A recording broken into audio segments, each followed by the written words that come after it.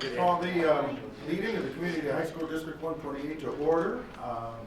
First up, let's do the Pledge of Allegiance.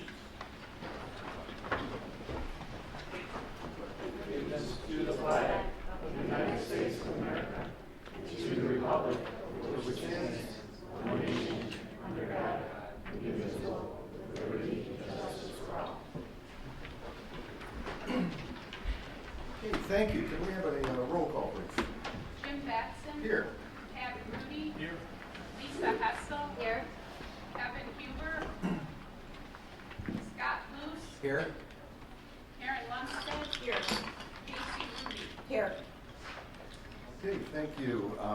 Just for the record, I'm helping out this evening. I'm going to preside over this meeting for a little bit, giving Pat a little bit of a break here this evening. Going to go over and review the agenda. Under communication, we'll have an invitation for public comment, and we'll ask those to remain 3 minutes or under. We have a couple education presentations, a student recognition, and then a D128 during spring break global experience presentation. That'll be followed by the President's report, which will include the student school board representatives, superintendent's report, including some various updates on the construction projects, an exciting new teacher contract, and some other items there. Consent vote agenda will follow that. And then Facilities and Finance Committee, Chairman Luce will have some items there. Program and Personnel Committee will have a couple items under that. Followed by Property Committee, we have a couple exciting items under that. Anything special education tonight? No, nothing for that. I will have nothing for Illinois Association of School Boards.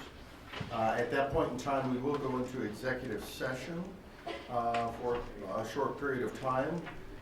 We will return to open session and we will have some action afterwards. And at the shortly after the adjournment of this meeting, we will go into a special meeting for accepting the canvass of votes and seating our new board members and reorganizing the school board. So that'll happen at the conclusion of this regular board meeting. So. Okay, yeah. For the record, Kevin arrived at 7:02 or 7:03. Ooh, you made it just in time. Welcome, Kevin. Okay, we will open it for public comment. 3 young men stand at the microphone. Good evening. My name is Owen Christensen. This is Josh Olson and Drew Beitzel, and we are seniors here at Vernon Hills High School. We're here today to present to you what we think should be kept in mind during the upcoming remodel of the cafeteria as a part of our civic engagement government project. As the cafeteria stands now, the options mainly consist of fat-filled entrees, sugar replacement-filled beverages, and processed meal sides. While we are aware the school does offer salads and wraps, we feel the healthy options should be expanded. As you all know, health issues in the United States, especially among the children, have always been an issue. While the problem is far more complicated than just the food we are selling to students, in cafeterias, healthier choices is a step in the right direction. We've done some research, and we'd like to present you all with a few healthier alternatives we think would be great new additions to our cafeteria. So the official health and nutrition website of our government says that a good, healthy diet should emphasize a variety of fruits. Most fruits are high in nutrients and low in calories, and fruit also contains many essential nutrients that are underconsumed in general. So we were thinking it'd be a good idea to add a fruit bar similar to a salad bar. It could include whole fruits and fruit salads, as well as organic fruit smoothies, and I think it would help our students get the nutrients they need if they're not getting them otherwise. The government's health site also mentions eating more lean meats and legumes, and we were thinking it'd be a good idea to incorporate healthier, fresh, organic meat to our new cafeteria, as opposed to the less healthy processed meat that we currently have. When we started collecting our thoughts and asking students in our high school about the cafeteria, most of them said pretty much the same things. They said the food was unhealthy, greasy, and overall just not very good tasting in general.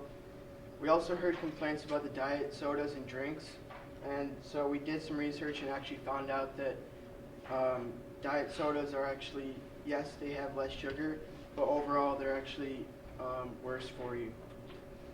We have collected signatures from students at Vernon Hills High School to give you guys a good idea as to what the students are looking for in the new cafeteria. Thank you. It's been a pleasure. Thank you. Thank you.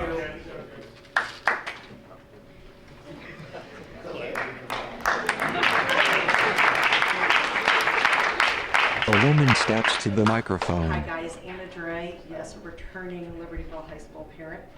First off, I want to compliment those 3 seniors who just came up here. I am so excited to see, I love this student involvement. This was organic. They saw a need and they came and they addressed it.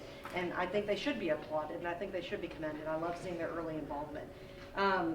Tonight I wanted to come and thank you guys. I want to thank everybody who ran for District 128 board. Our neighbors, they put themselves out there. I want to give congratulations to those returning board members who were re-elected, well earned. Welcome the new board member who will be sworn in tonight, and tell Scott Luce how incredibly mad I am at him for leaving the board. Scott, you are going to be sorely missed. And I came tonight specifically because it is your last board meeting, and I wasn't going to miss it. So, thank you for your many years of service. Thank you for never enjoying a relaxing meal in the city of Libertyville without everybody coming up telling you exactly what you should do on the board. Enjoy your well-earned rest. Thank you. Thank you, Scott, and I mean that very sincerely. You guys have a thankless job. Everybody in both villages knows exactly what you should be doing, but they don't ever run. And you guys did, and you guys served, and we're grateful for it. 2 things I also wanted to bring to you guys tonight. I was reading recently that, EpiPens have been a lot in the news. And let me preface this by saying I have a son with a severe latex allergy. Before Dr. Calentis was principal, my son was ambulanced out of LHS for a severe latex allergy. New rubber bands in the gym class, which were all full of latex powder, sent my kid to Condell, and he got the afternoon off. He really wasn't that unhappy, but it was our actual first experience with him having an EpiPen administered with his throat closing up. So this is a personal issue for us. Our family's dealt with this. They're coming up with really new and innovative ways of getting them more available. You've got 4 minutes to get an EpiPen on board when somebody's having an anaphylactic reaction. I know that some laws have changed here in Illinois. I know that you guys have been super busy with, getting the teachers contracted again and all that kind of stuff. And the pool built and the stuff at over here at the gym, or the cafeteria. I would love to see you guys dig in on this issue of the new ways EpiPens can be administered. There's now a new machine or container, an EpiPen station, just like an AED station that's secured. There can be one in the cafeteria for kids and adults who have unknown peanut allergies. It's my understanding that the state of Illinois is now allowing some EpiPens prescribed to a specific student in the nurse's office. I think there's a lot of research that has to be done around this. I understand there's liability. As the parent of a child who's faced a reaction in school, I hope this is high on your list of something to look into because the repercussions are serious. And I'm going to keep doing some research and I'll email y'all what I find. Lastly, I'm going to shake my finger at y'all now a little bit. Not bad. So when you elect your board president tonight, because that's going to happen, correct? Which, Pat, you've been a great board president, wholeheartedly supporting. You guys have great choices here. Last time you elected the board president, I was here, I was in the room. It was really, really late. I think it was about 11. Everybody was just done. And I specifically remember the conversation of, well, our last set of officers has worked pretty well. Why don't we just stick with that? It's been a successful formula. I'm going to challenge you to do that with a little more depth this time. Literally, look at the people you have sitting around you. It may be the exact same people in the exact same roles, but take a mental survey of who you have coming onto the board, because your board makeup is changing, and have a little more discussion, more than ditto. So say that with love. Thank you guys again for all of your service. Thank you for always being open and willing to discuss with the people you represent, young and old. Thank you. Anybody else wish to address the board tonight? Okay, seeing none, we'll move on. Next up are some educational presentations. The first one is some student recognition. VHHS Principal Dr. John Gilliam steps to the podium. Great. Good evening. John Gilliam, principal of Vernon Hills High School. Tom Calentes, principal of Libertyville High School. Tonight we have the privilege of, first time ever, welcoming a district-wide state championship. We both, at our individual schools, had state champions, but this is the first time we have a combined or a unified team. Several weeks ago, middle of March 16th, I was fortunate enough to head down to Peoria and see our District 128 Storm basketball team compete against Edwardsville. Is that who it was? Edwardsville, and we took home the state championship. A great afternoon. Brought them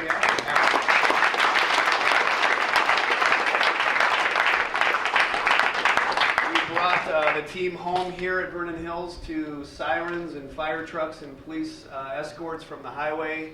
Did a little celebration here, and then Dr. Calentes did a champions walk a few days later down the halls of Libertyville on a school day. So they have had their share of celebration, but tonight we don't want to leave them out, and we want to celebrate them here at a board meeting. So we have Coach Compton, Coach Mason, Coach Atwell. They're going to come up here first, talk a little bit about the squad, and then introduce the players.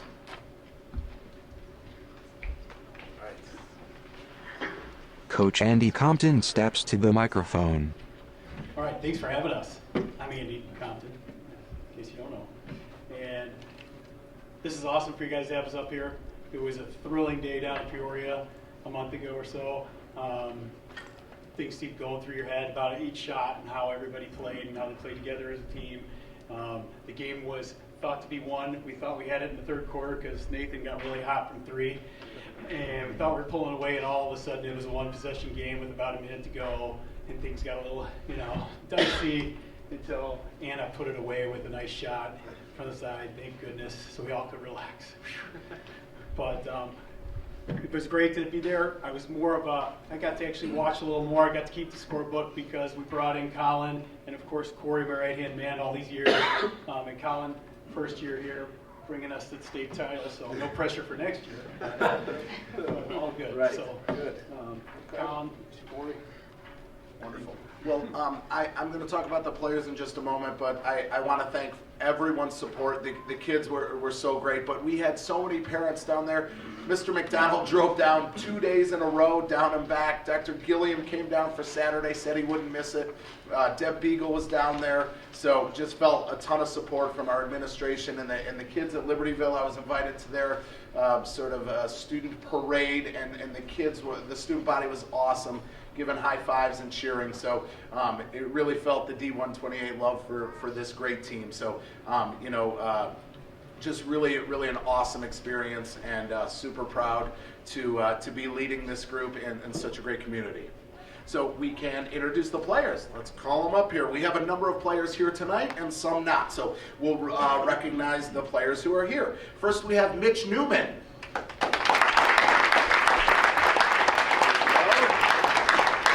John Ford.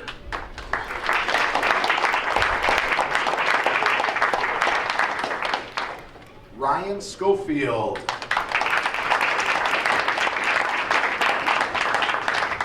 And Sophie Schofield.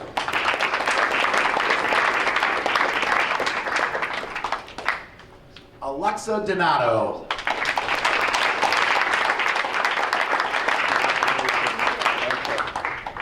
Joe Muller.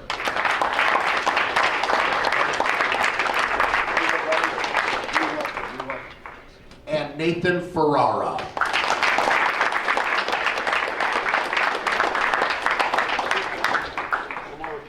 Okay. The assembled students receive a certificate from Coach Compton, then shake hands and stand for a picture with Board Vice President Jim Batson, Superintendent Prentice Lee, Dr. Coulantes, Dr. Gilliam, Coach Compton, Coach Mason, and Coach Atwell.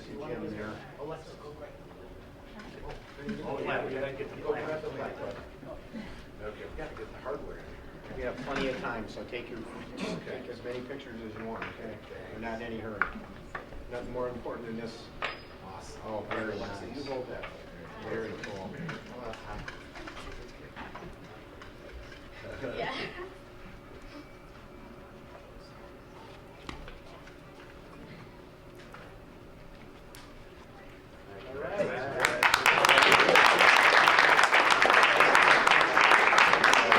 Superintendent Prentice Lee. Before our parents leave tonight, we know that no success happens in isolation, and we know that you and your families have been very supportive of these incredible young people.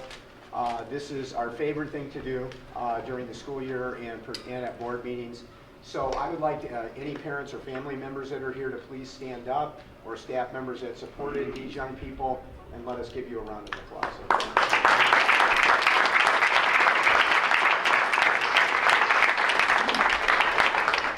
One other, well, I want to make one more comment. Andy and his team, when I came to the district, I don't know, roughly 15 years ago, really our Special Olympics program was kind of in its beginning stages. And Andy really came to the fore, and we worked with him as a district, of course, to support their work with our young people. And they have been wildly successful at the state level in every season worth of events. And we just want to thank them for their continued dedication. Andy, Corey, Colin joining the program, but lots of other people have supported the program. But we want to say thank you to the adult staff members who have also worked with these just wonderful young people. So thanks to all of you, and keep up the good work. We have one more participant here. Just thank you very much for the kind words, by the way. I remember to this day we had that conversation when you came to the district, and it was a great conversation, and we've just taken off since then with all the support of everybody in the district. It's been phenomenal. So thank you very much. And last but not least, the person who scored our last basket, she's right here. All right, this is Anna Spiller, and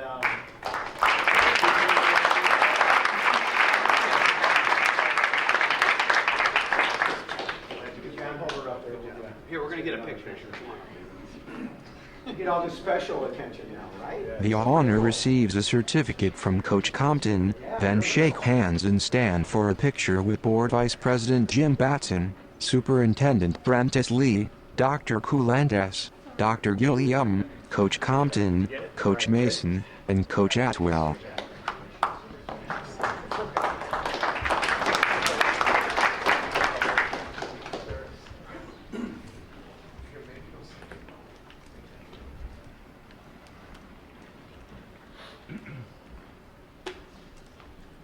The board meeting resumes with Vice President Jim Batson.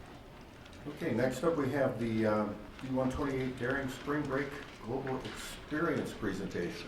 Dr. Rita Fisher. Thank you, and I'd like to invite all of our presenters to join me here as we get ready to embark on our journey tonight. We have staff members and students who are going to be sharing their experience, so let's just all gather around together. We're excited tonight to ask you to travel virtually with us across the globe as we explore the many ways that our students, accompanied by their educator chaperones, developed daring attributes over spring break. Global travel experiences provide students not only with global experience, but with the opportunity to become dreamers and doers, aware, resilient and healthy, inquisitive, nimble and global. And through their experiences, you'll see how these experiences have changed them in ways that really cannot be measured. Another one of our themes with our mission has been how do we develop these attributes which are so challenging to measure? I think you'll hear from some of our student participants about their travel and the impact that it's had on their future. So our first trip, our first stop is in Croatia. Jeremy Little couldn't be here with us tonight. But, our first stop is in Greece. The next stop is Croatia. So Jeremy Little couldn't be with us here tonight to describe their experiences in Greece. But you see here them depicted at the Parthenon on the windiest day of the year. The choir, the Vernon Hills Choir, performed in Patras, the third largest city in Greece. And Jeremy would like to share that the choir thanks the administration and the school board for supporting international travel.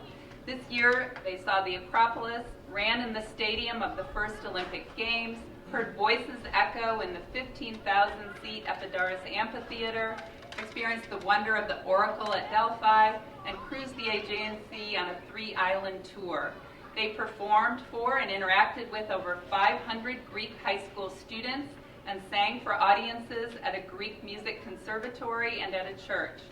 Over the past 15 years, over 500 choral students have participated on choir tours, broadening their horizons and making the world a little smaller through connecting with other cultures. Jeremy thanks the board and the administration for all of your support, and I'm sure all of those 500 students are very grateful for the experiences as well. Think about the impact that performing on these stages will have on these students for years to come.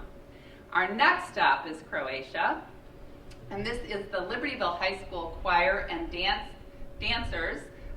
students who performed in Rovinj, Croatia as part of their 2019 educational tour to Croatia, Slovenia, and Italy. This performance was held at the Church of St. Euphemia in Rovinj. And here we see the entire choir and dance student group depicted. Dr. Jeffrey Brown and Aaron Brown would like to share that the Libertyville High School singers and dancers had the privilege of performing over spring break in the countries of Croatia, Slovenia, and Italy.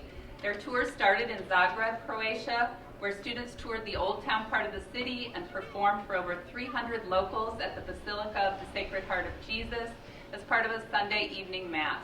Their travels then led them to Bled, Slovenia, a resort town on Lake Bled in the foothills of the Julian Alps, the Postojna Cave Park, and the Prajama Castle in central Slovenia. These gems of Eastern Europe were the highlights of their tour. On Wednesday, singers and dancers performed in Rovinj for another local audience at the Church of St. Euphemia. Our tour finished in Venice, Italy, with tours of St. Mark's Cathedral and the Doge's Palace. Libertyville High School has been traveling internationally for many years, and those memories could not have been made without the support of our Board of Education. They offer their thanks for the continued support and their pledge to make these opportunities available for many years to come. And our next stop is in Japan, and we actually have student Cece Leclerc, who's going to tell us about travels in Japan. Cece, thank you. Hello, I'm Cecilia Lemaire, and I'm a senior here at Vernon Hills High School. So for this spring break, we got to travel to Japan. We spent the first 2 days in Tokyo, then moved to Kyoto and finished in Hakone for 4 nights. And I'd just like to thank the board, first of all, for creating this opportunity for us as students to travel so far across the world. And I believe this is the first trip for this district to Asia, so I just want to say it's a great privilege to be able to do that. And I think that the trip was very well organized for somewhere that's so far and very vastly different from where we live. I think that it's very important that trips like these are carefully planned, and I have to say I had no complaints whether it came to accommodations or food and anything that we really needed. The chaperones were there for us in support. So this is a picture of us. I believe this was our 3rd night. We stayed in a traditional hotel in Kyoto, and we're all seen wearing yakatas, which are basically pajama-type kimonos. Pajama-type kimonos. So we had a traditional dinner where we sat on the floor with the cushions underneath us and the tables in front of us. And this trip was just amazing. I've been wanting to go to Japan for a very, very long time. And it was very important to me as like a cultural aspect and just being at this age where I'm about to go to college, so money's not going to be necessarily there for me to throw around, and just have this opportunity to go with school and my friends for one final spring break trip. I'd also like to say the diversity of the things that we got to do there was amazing.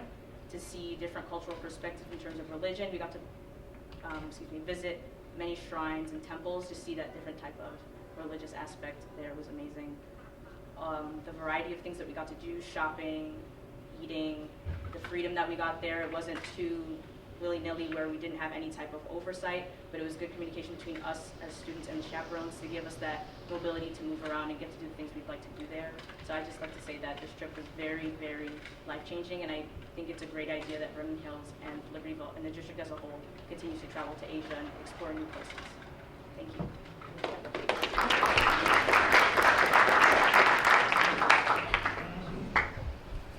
So the picture on the left, I believe we went to, like I said, quite a few temples and shrines, and that was at a specific temple, and leading up to the temple is a very large shopping district where you can buy local goods, good luck charms and things like that. And actually inside the temple that we traveled that day, there is the largest Buddha in Japan actually.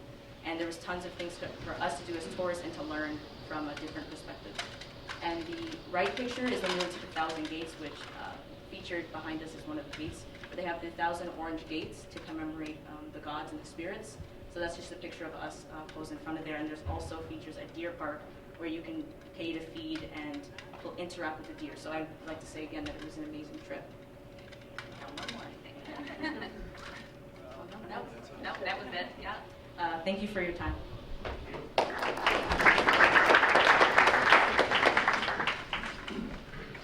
Hi, I'm Matt Clifford. I'm a social studies teacher here at Vernon Hills High School, and currently I teach AP European History.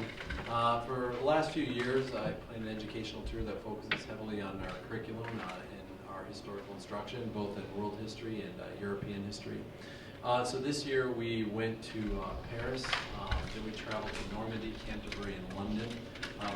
It was a great experience because it really fit well with our curriculum. Our philosophy has kind of been we want to allow students to experience place. That's a very powerful concept in learning, especially in history. We teach in the classroom. We want our students to be passionate, lifelong learners, and I can't think of a way to instill that better than to actually allow them to experience that firsthand for themselves.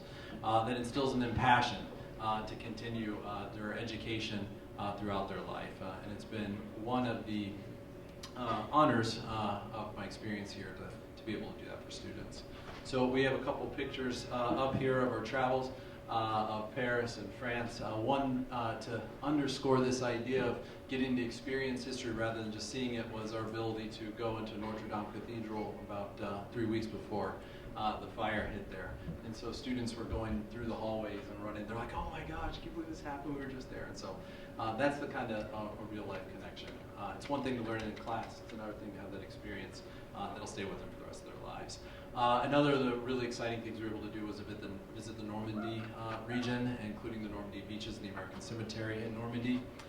This year in June will be the 75th anniversary of that invasion, so I thought that was another great thing that students were able to experience. And we can talk about it. We eventually made it to Canterbury, visited the Cathedral of Canterbury, and then on to London for a very, very intense tour of London in a shorter period of time. And there's our group on the London Eye. So I want to turn over my time to one of my students that I've had in world history, currently have in AP European history, and one of our travelers, Abby Hammer. Hi, so I took world history and AP Euro, and I've always had a love for history, and this trip really just brought the history to life.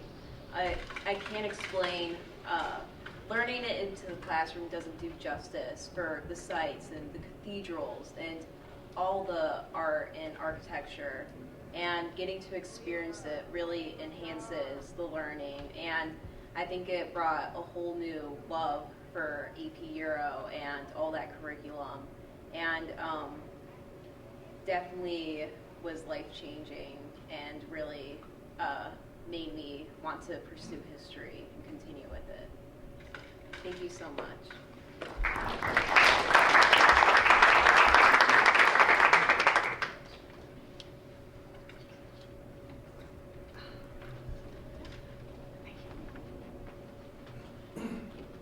Hello everybody, my name is Jamie Rubin and I am the Latin teacher at Libertyville High School.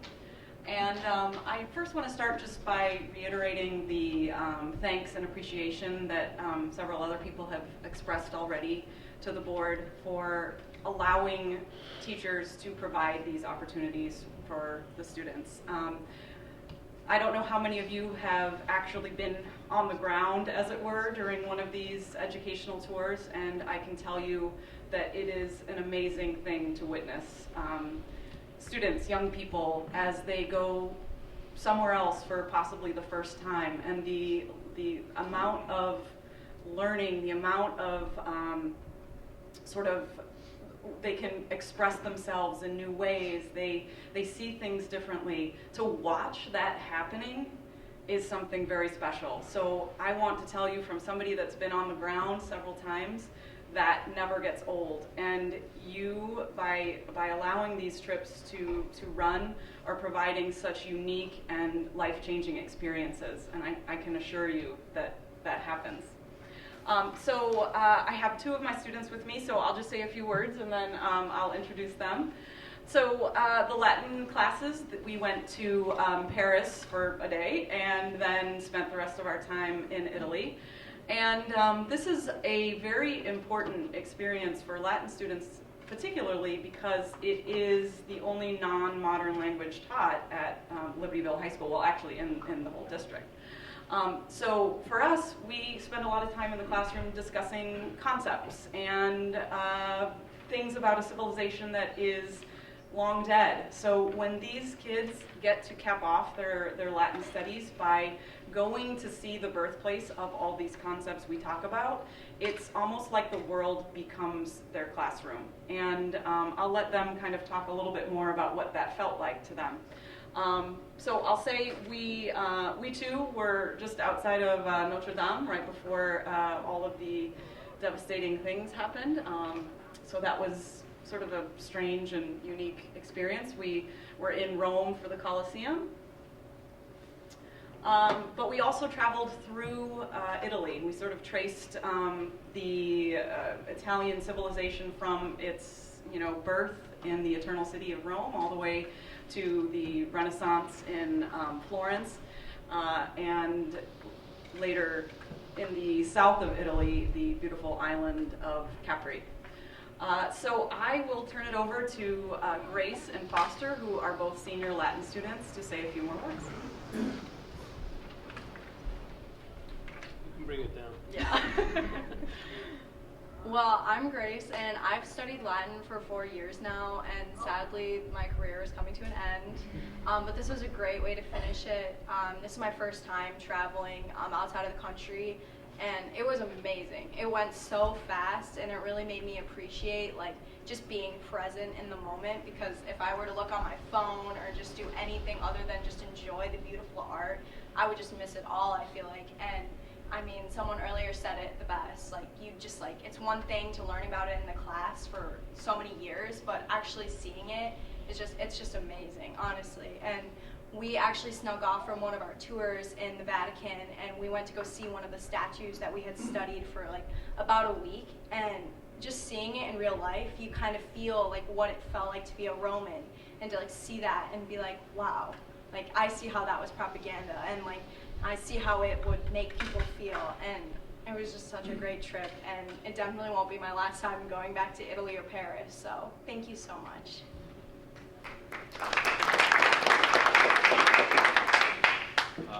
Hello, my name is Foster Boone. I am a senior at LHS, and I went on the Latin trip as well. And I'm planning on becoming a Latin teacher further down the line in my career, so this trip was a fantastic experience because it's everything that you learn about in the class, you just read about it and then you're done with it a week later. You never really think about it. My class has had a long-running joke that Latin's just a made-up language, Latin magie. And seeing that all of that stuff is real and it's out there and how big and ginormous it is, it was just an amazing experience. And seeing the ruins of Pompeii and the Roman Forum actually got me thinking about becoming an archaeologist during the summer when I'm not teaching there. So that was it was a pretty great experience. Thank you all.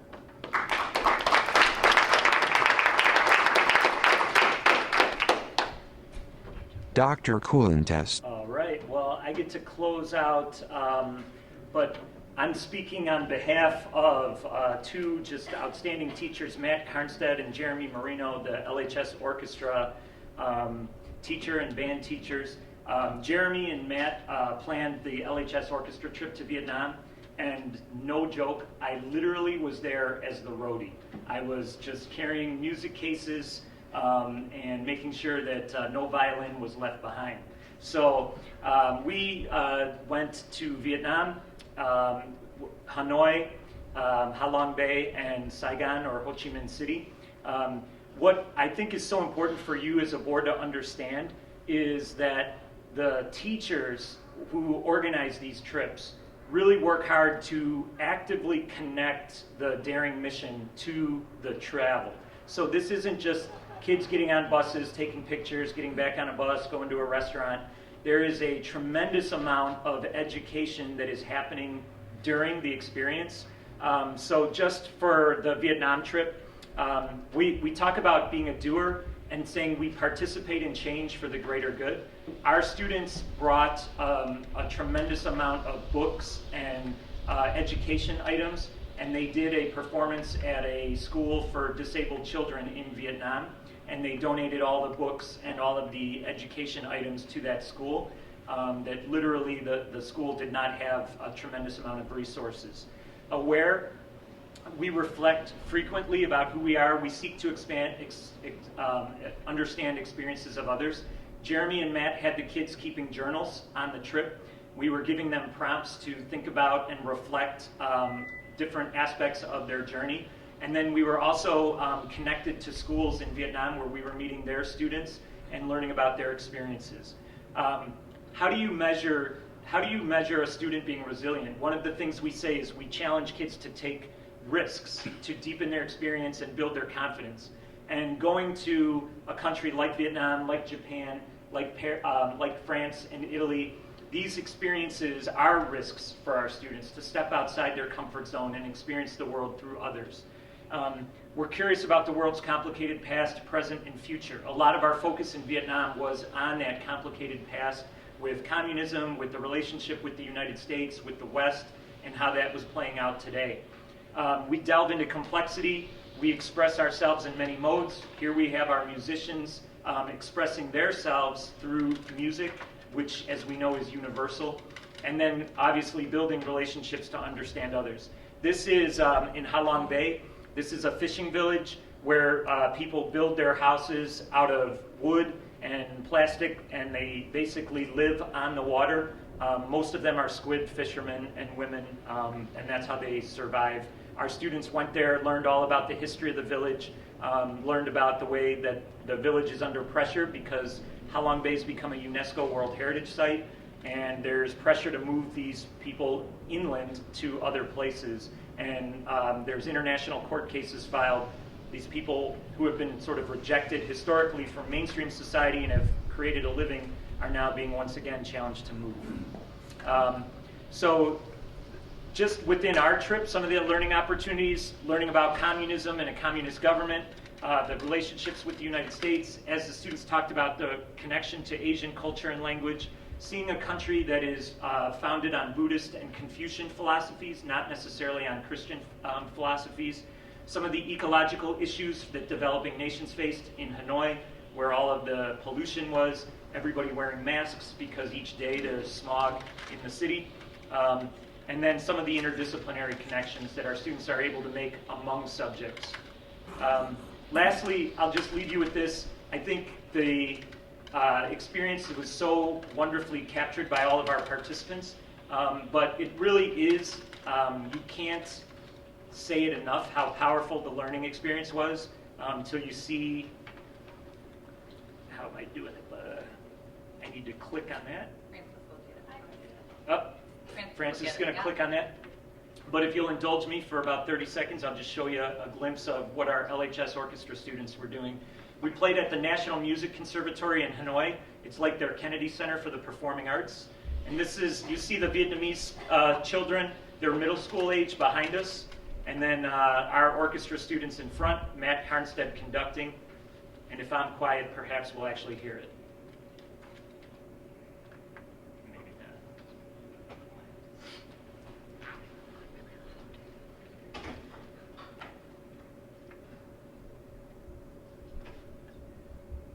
It's really beautiful, and you don't want me to sing it. So we can probably share the link with you so you can actually hear the sound. But the kids in the school in Vietnam had practiced the song How Far I'll Go from Moana.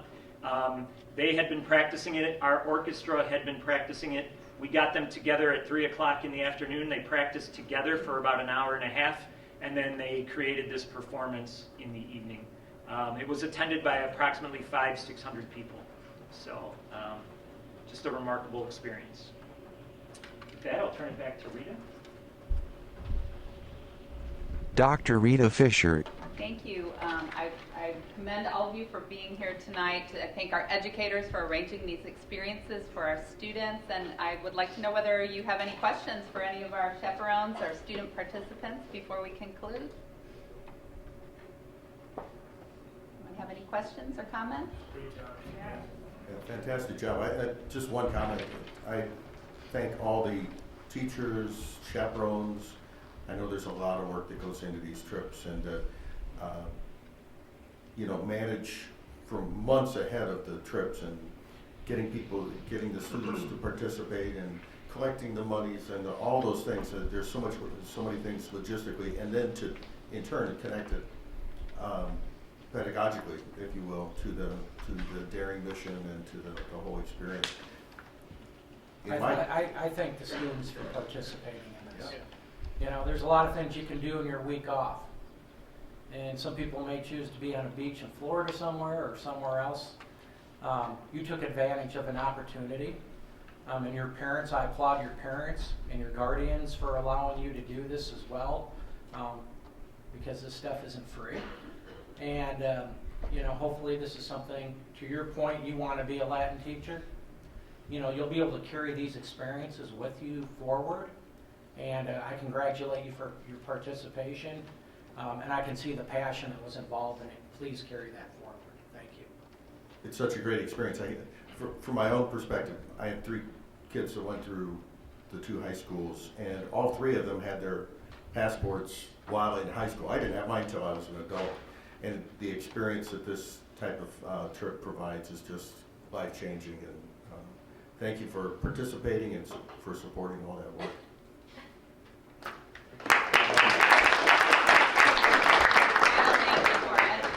Also give up their spring break to accompany students on these adventurous experiences.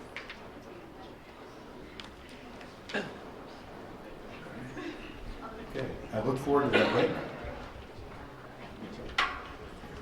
Okay, moving on, we come to the President's report, and I'll turn it over to our student school board reps.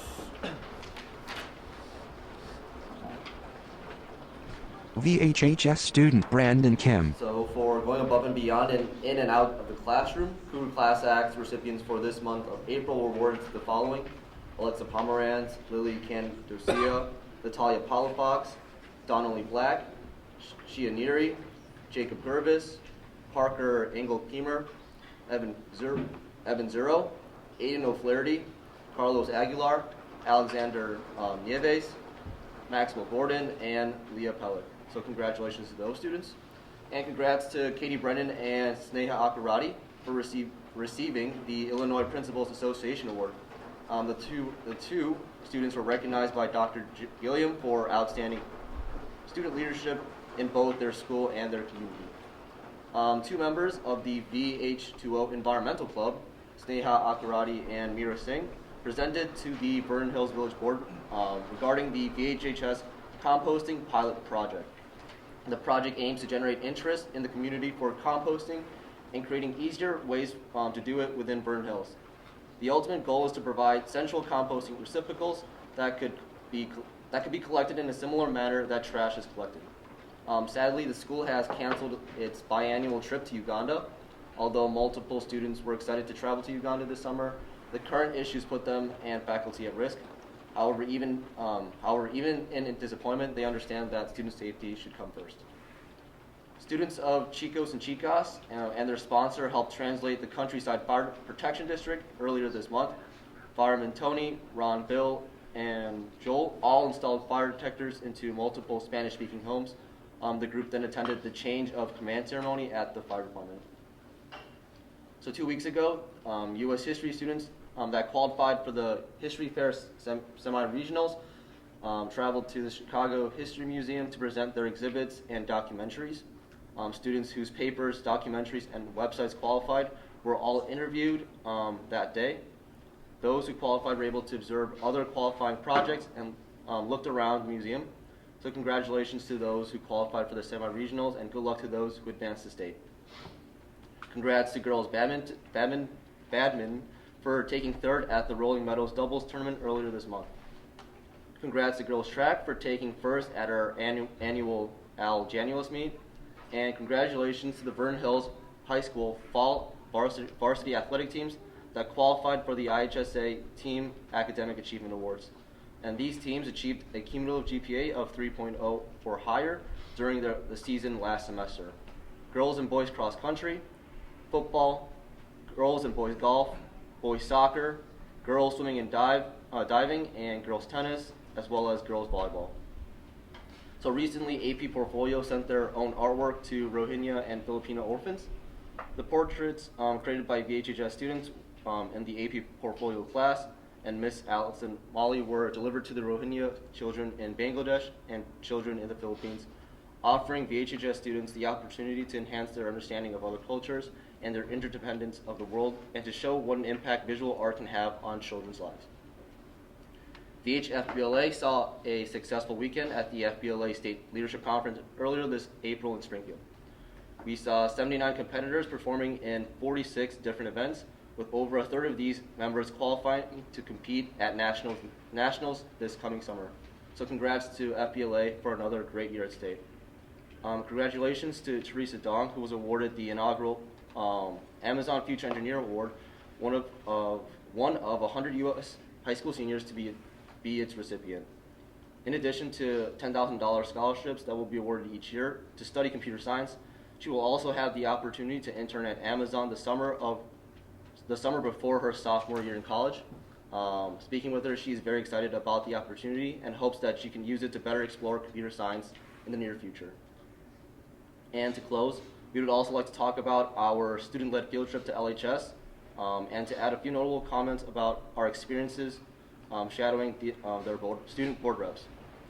Obvious but notable, the physical sizes of the school were very different, and I don't think we even had enough time to look at everything they had to offer. Each class at LHS had different classmates, and we saw them working with new students every period. VH, given its smaller size, we would eventually come to work with the same faces every period. And then being built years apart, we also saw differences with the quality of our facilities. But with the new district-wide expansions on their way, we are confident that we will begin to see some cool additions to the school that everyone can enjoy for years to come. However, even with some differences, we also saw some similarities. For example, even with size differences, it felt like the 5-minute passing periods had no effect on LHS students getting from one class to another. We also saw similar classes and programs between both schools, and we very much enjoyed art and yoga. Also, between both schools, students weren't using their lockers as often as teachers and staff may be thinking. One thing we really liked about LHS was their carpool lot, presented a unique Go Green initiative that also added some student culture to the school. That'll be it for today. LHS student Zachary Elgadid. So at LHS, prom took place on April 13th at the Shed Aquarium in Chicago. Students met at the high school where they were greeted with snacks and drinks before heading off. Once there, they were able to walk through the shed where they saw sea otters, whales, and lots of fish.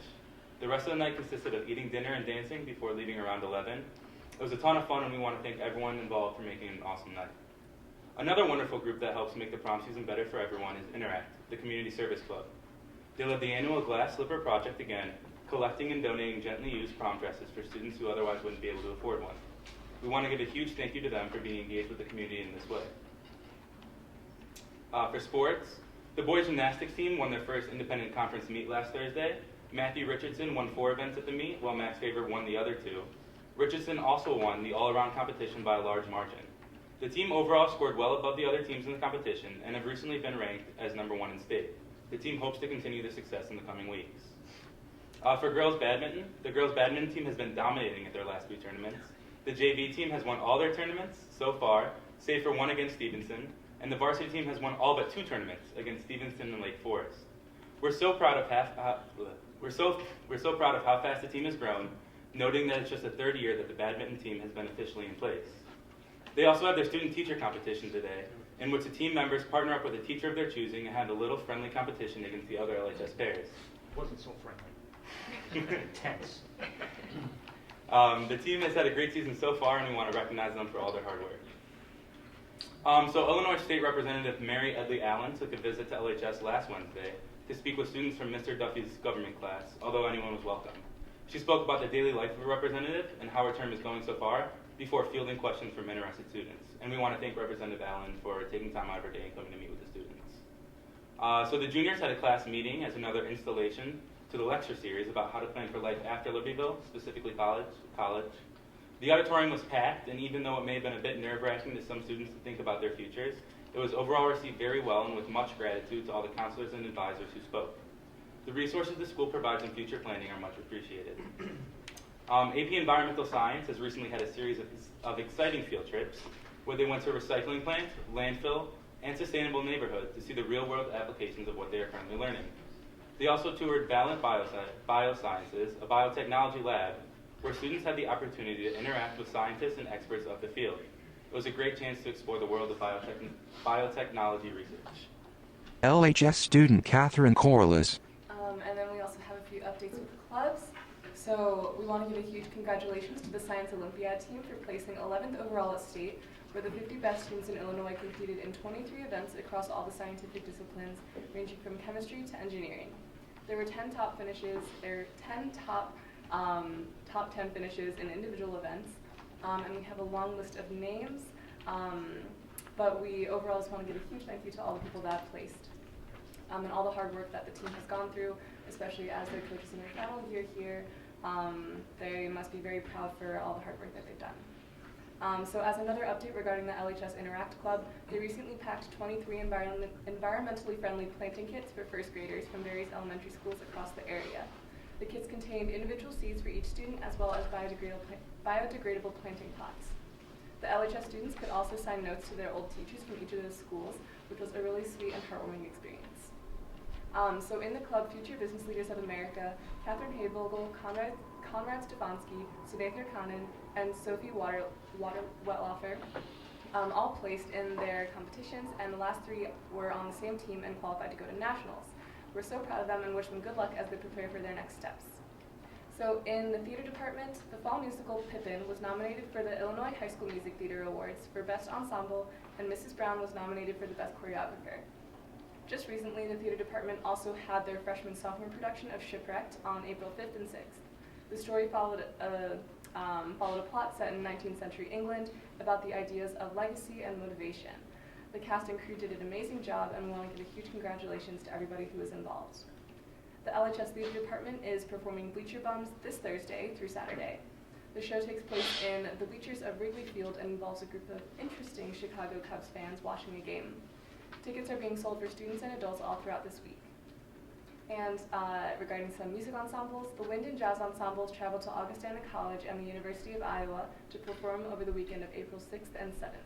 While they were there, the ensembles got the chance to receive clinics from the two colleges' music professors, which was a much appreciated experience. And recently, both the jazz and guitar ensembles performed at the Assisted Living Center Chavance Living. The residents loved the performances, and students said that they had a lot of fun getting to do these types of performances that engage directly with the community. And we also want to touch a little bit on our experience at Vernon Hills. So we visited Vernon Hills High School last Thursday and shadowed our counterparts right here. It was a really cool experience, and it allowed us to see what the two schools do differently and what they have in common.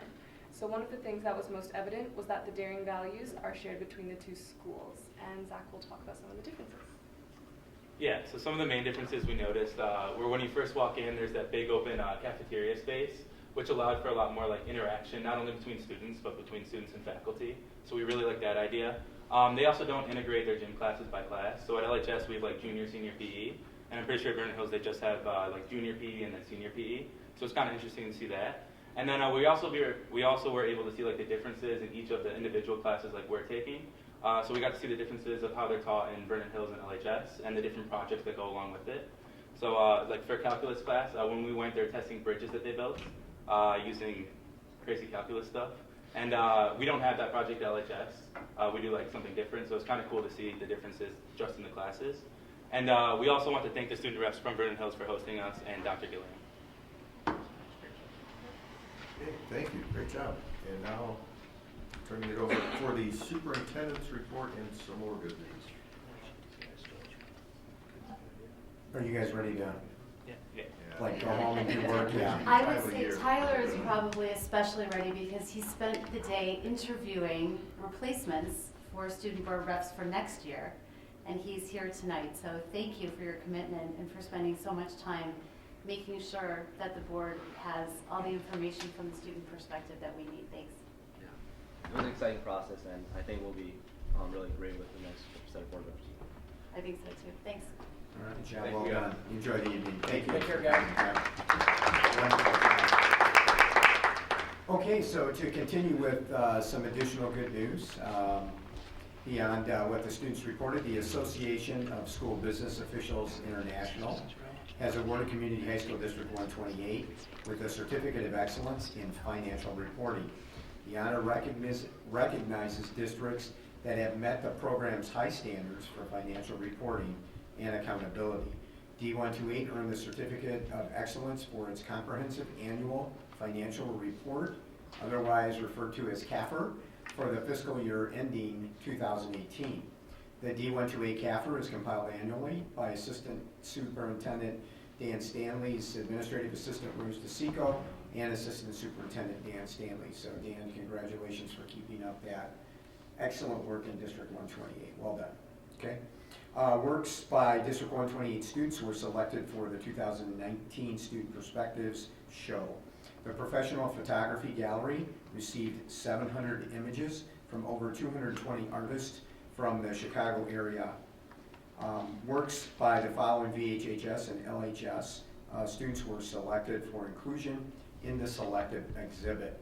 Those included from LHS, Campbell Clarkson, Libby Hodge, and Kate Spear. From VHHS, Ian Amadeo, Nicole Bailey, Alyssa Curtis, Luke Gunmanson, Mira Singh, Anne Marie Landis, Jordan Smith, Tess Zimmerman, and Nikki Coad. The opening reception for Student Perspective Show will be held on Saturday, May 4th from 5 to 7 p.m. at the Perspective Gallery in Evanston, Illinois. The exhibition will run from May 2 through May 26. VHHS IT Coordinator Bo Warble and LHS Video Engineer Dan Treptow received Illinois Director of Student Activities Distinguished Service Recognition Awards at the April 11th Illinois Directors of Student Activities Banquet in Rosemont. The LHS Academic Decathlon team of Conrad Stefanski, Constance Zanzi, Audrey Chung, Ethan Landry, Savannah Stevens, Thomas Hubbard, and Bennett Schuneman took 9th place in state competition held Saturday, March 16th at Northeastern Illinois University in Chicago. Ethan Landry earned 2 individual medals, a bronze in essay and a silver in speech. The team is sponsored by physics teacher Mark Busing. LHS students Timothy Kalau and Samuel Kriniger competed with the Lake County Technology Campus as part of its team at the Skills USA state competition. Timothy placed 7th in 3D gaming. Samuel placed 1st in Auto Service 1 and is now qualified for National Skills USA competition in Louisville, Kentucky from June 24th to the 29th, which I might add that the tech campus of Lake County always represents itself well at the national level. And finally, really in good news or recognition, and Tom, I'm going to have you comment on this in a minute, but while I was at the Village of Vernon Hills board meeting last week, to be there in case the village board had any additional questions about final approval of the proposed construction projects at Vernon Hills High School. There were a pair of students, Vernon Hills students there that were representing the environmental club at Vernon Hills High School, who were looking, who actually did research on the current state of composting in the village of Vernon Hills, and had already done some back work with village staff, and were requesting further village support in terms of expanding composting beyond regular recycling to include food products and those kinds of things. And they just did an amazing job with the village, and the village has thrown its full support behind the students, and Mayor Byrne asked his village staff to continue to work with the club to see how they might expand those activities. And Tom had a student at LHS that I've let the board know about, but also was at the village board a few weeks ago. And Tom, if you want to talk about that a little bit. You're good, just speak loud. Use your principles. So we had a student, Jacob Short. He's a sophomore at LHS, and he presented at the Appearance Review Commission and at the Village of Libertyville board meeting to get approval to do a woodland restoration project on our campus. So just south of our pool area, we have an area with a lot of native trees, but then there's a lot of invasive buckthorn and other weeds there. So he, for his Eagle Scout project, is working with Mr. Michael Graham of Landscape Concepts, and they're coordinating volunteers to remove all of the invasive buckthorn and all of the weeds so that Jacob can construct with volunteers an outdoor classroom there and create signs of all of the native species of tree and plant that is in that area. It has been approved by the village. Some of the initial debris clearing has begun. Let's just say for the record, no trees are being cut down. Can you say that one more time? Yes, there are no trees cut down, and we did inform all of the neighbors about the project. The Daily Herald also did a really nice article about the project. So we're very excited about that, and it's a testament to the environmental thinking that our young people are doing, and for them, their commitment to stepping up to make positive impacts on our local environment. And a phenomenal job by our students, and these are just two examples of the many things that our kids are engaging in beyond the high school. But put yourself back in high school for a minute and think about developing a project and working with officials in your local village, and then going to the board, doing research, and then presenting your research at the board, and then a plan to move forward and taking that through the approval process. I mean, it's pretty astounding, what the kids are doing. So again, thanks to our building leadership teams and our staff who are working with these young people, and to the marvelous young people we have in this district. It's pretty amazing to see that happen. So anyway, so that concludes the good news tonight. And I think there's something important next on the agenda. I kind of lost my agenda. What? I was going to say not really. It's just what is that? Oh, the teacher contract, yeah. And we can say that now because we have a tentative teacher contract, which the union overwhelmingly ratified last week, and we will be bringing that shortly in a few minutes for the board to vote on. First of all, as a couple of overview statements, the board and union have been negotiating for 2 years, and almost 2 full years. And we ended up on a 1-year contract this year because we didn't quite get there at the end of last year, and we wanted to move forward with the later start days, which has been overwhelmingly positive this year. And as soon as school opened in the fall, we started negotiating again. And we have met many times with the union, and also with the board negotiating team, and also with our full board during that process. And the union has done the same thing. So what I want to do tonight is just hit a few highlights for the public, and certainly not to go through the entire contract. And Pat and Scott and Kevin were our 2-year board bargaining team, and so they should feel free to jump in at any point as well. Okay, the new contract calls for salary increases, and for the first time in the history of this district, the base salary increases will be tied to CPI, which is a great step forward for the district. It changes the salary schedule from an 18-step salary schedule with an average service step. For those that follow that step, is you're on step 9 this year, you work next year, and you're on step 10. That's what service step means. But it changes the average service step from 3.7% to a 35-step schedule with a service step increase of 2.0%. And as noted earlier, the step increase changes from 3.7 to 2.0 in years 2 and 3 after there's full implementation of the new salary schedule.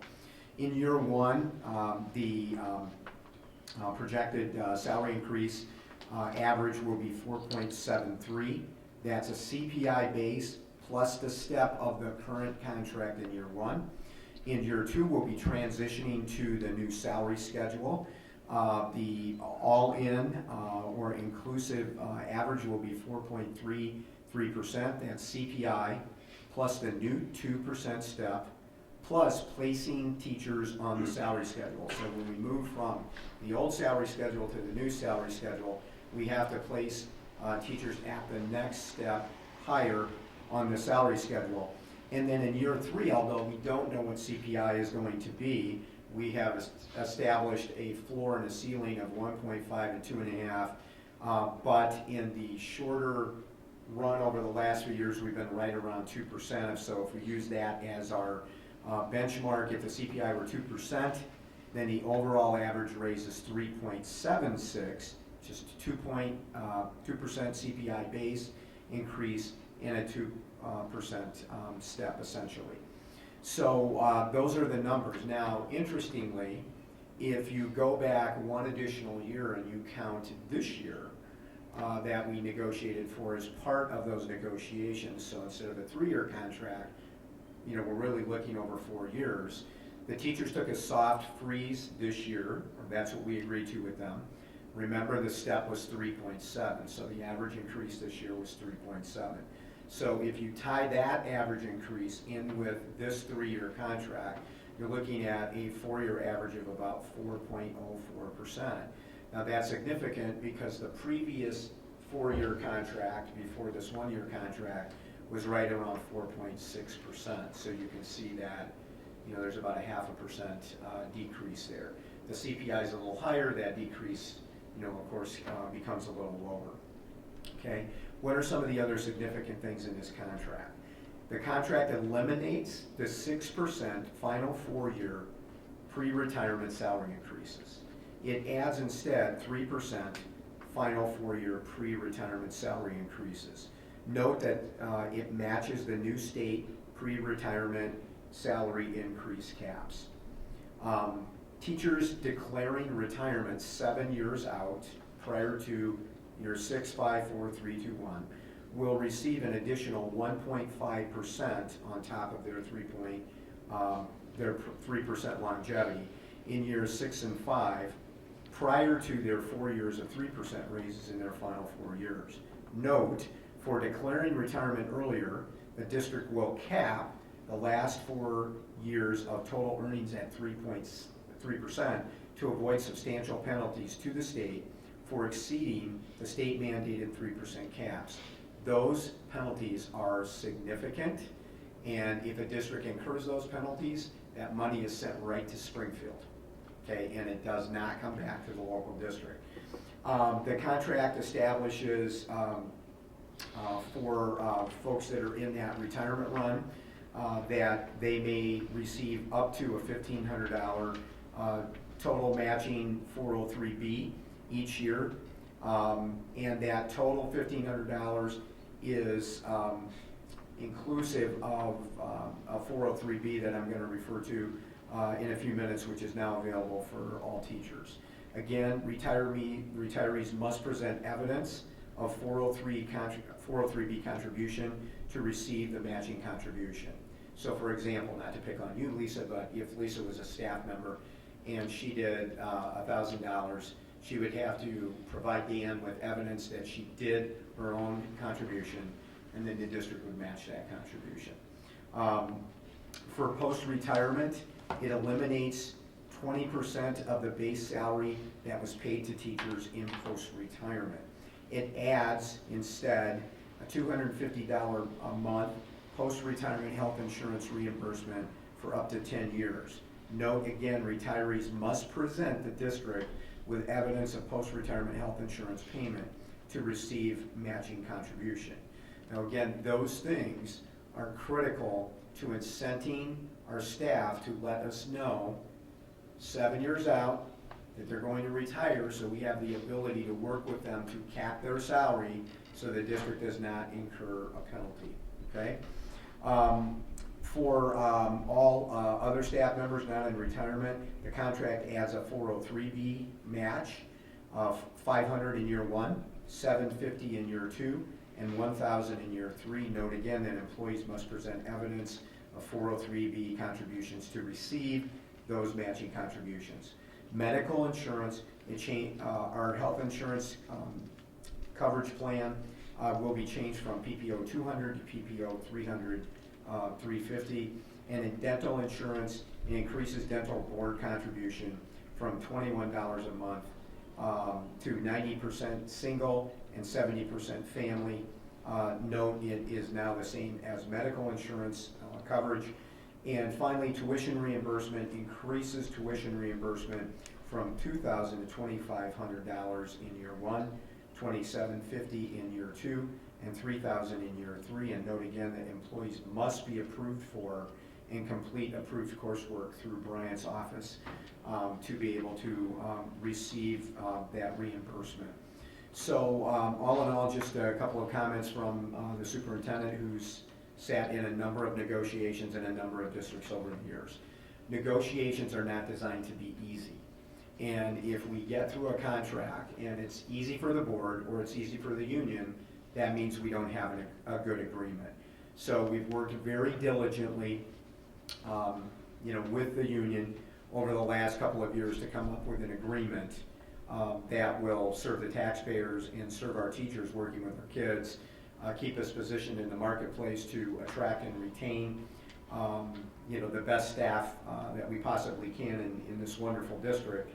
But it's a fair settlement, and it's a fair settlement because both sides gave some things and both sides received some things that they were interested in doing. Did the board get everything it was interested in? Of course not. Did the union get everything it was interested in? Of course not. But through that long 2-year process, we've ended up with an agreement. I think that arguably makes some significant changes. And kudos not only to the board negotiating team, but also the union for being willing to engage in that conversation. And then we were also able to do some things for the teachers that they had an interest in as a trade-off for some of those things. So all in all, this is a good agreement. We've of course reviewed this in detail with the board before we got to tonight, but I wanted to make sure that I made those comments. And then I'm going to do some thanks here, and then I'm going to turn it over to the three of you if you want to make any further comments. First of all, I want to thank the union and their bargaining team because they spent tons of time on this too. And negotiations by the nature of the beast is often challenging, it's often frustrating, and it requires a great deal of patience and foresight to work through the give and take to end up with a last agreement. So kudos to Dennis Duffy, the union president, their bargaining team, and union president last year, Brian Voss. I want to thank Rita and Dan and Bryant for their just tremendous work behind the scenes over the past 2 years. We would not be at this place without the high quality analysis, data, and insight they provided on many of the contract issues. So we have a great leadership team in this district, and it's never been more in evidence than the work of these terrific administrators. And then finally, from my end, I want to sincerely thank Pat and Scott and Kevin. So for the last 2 years, there have been many weeks where we have seen each other at least 3 nights a week between regular board meetings and committee meetings, and working in smaller group for negotiations, updating the board, and then hundreds of hours in individual phone conversations with me, kind of behind the scenes and working on the agreement. So until you've sat through that process, no one can understand how time consuming that is. And again, tremendous leadership in this district, and that really starts with the board. The board really sets the tone in the district, and these 3 board members have not only served this board well, they've served the communities well, they've also served the teachers and the students well over this process, and I can't tell you how much I thank you for the work that you've done. So with that said, I'm done with the superintendent's parts of this, so Pat or Kevin and Scott, if you want to make any additional comments before I make a recommendation for you to approve the contract, feel free. Pat Grudy. I mean, I'll start. I want to echo my thanks to the leadership team, to the teachers negotiating team and certainly to my colleagues. It was a long process, and there were a lot of long nights. It might be a little bit of an exaggeration to say that at times the discussions got heated, but I can assure you they got warm. And then I think throughout, frankly on both sides, those discussions were firm. I think both sides had certain things that they wanted to get and certain things they wouldn't give. And I want to really applaud people on both sides, because I think throughout the culture was one of solving problems. I think, really to one of Anna's points earlier tonight, there were a lot of new things brought to the table, and new ideas and fresh ideas, not the least of which, of course, was the salary schedule, which is now completely different. All the efforts on both sides to really, do something about the retirement language, which was frankly a big issue for them and a bigger issue for us, or bigger issues for all of us. And so I think there were some very thoughtful proposals that were brought forth throughout the process, and I think both sides worked together to try to find things that were mutually agreeable. And I'm glad it's over. But I do want to say, looking back on it, it was a good experience. I honestly can't say enough about our teachers and what they do for us every day. I think tonight's presentation really, I love that stuff because it's got nothing to do with call it reading, writing, arithmetic, okay? Yet it really is the stuff that I still believe takes us to that very next level and beyond. And so we want to make sure that our teachers are recognized for their great performance and the great things we do. But at the same time, we have a lot of constituents at home that we have to represent as well. So, again, I applaud everybody for the very, very hard work. And I am glad it's over, and glad we can move on from here. Board Member Scott Lewis. So, as you go through this, it's been a tremendous learning experience. And I think we all try to balance what we want to bring to the community. And during these 2 years, needless to say, there's been a lot of political commentary about state budgets, a lot of political commentary about property taxes, fairness and value of homes, and so forth. But there's always a lot of talk about making sure we have top-notch education. And some of those things, as you go back and forth, fly in the face of each other. And we all enjoy living in the communities that we live.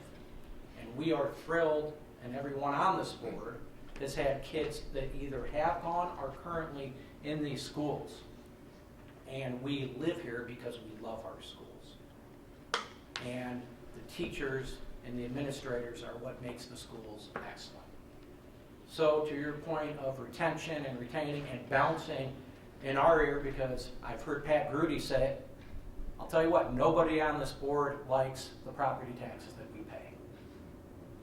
And we hear about it all the time. So how do you balance all of that? That's what 2 years of really tough, but we believe fair negotiation gets you. And to the point, I'm proud of the resolution that we came to, but it was a collaborative process, warm at times. But as I said to the union that sat across the table from us, my kids had several of those folks on the other bargaining side as teachers. And I was thrilled, and I'm fortunate that my kids had those people as teachers. They're outstanding. So when you're sitting there crossways, how do you get to where you came? I think we've found the sweet spot. Board Member Kevin Huber. So I've been fortunate enough to be in the public sector arena for 25 years. And what does that mean? That means I spent most or majority of my life in Springfield or at the city of Chicago, specifically helping thousands of teachers understand their contract, understand their retirement benefits, or helping legislators understand the same. And so I'm going to keep this very brief. I can't be more proud of the negotiating team, especially led by Pat. Professionalism extraordinaire, calm, cool, kept maybe one or two of the negotiating members, not Pat, named Pat, under control. to get the resolution. Speaks for yourself. Yes, exactly. So very proud of negotiating, proud of the administration. The data provided by Dan, second to none, allowed us to make reasonable decisions that we can justify to both the public and the teachers. And you'll never get a deal done if you don't have data and you don't have the people behind the data that you can trust and they give you that information. Proud of Prentice for, again, leading the charge, because I know Prentice and Pat spent a lot more time than Prentice and Scott or Prentice and Kevin did on the phone. So thank you for leading the charge. But I guess most importantly, I'm proud of the teachers. Prentice went through the contract, and I'm sure the public is going to say, boy, you gave. Well, so did they. They gave a tremendous amount. And if you look at the data, which hopefully the data tells the truth, you will see that both sides, it was incredibly difficult, but we should be very proud of those teachers because they really stepped up and understood that going forward, they set a platform that I don't know if it's been in any other school district.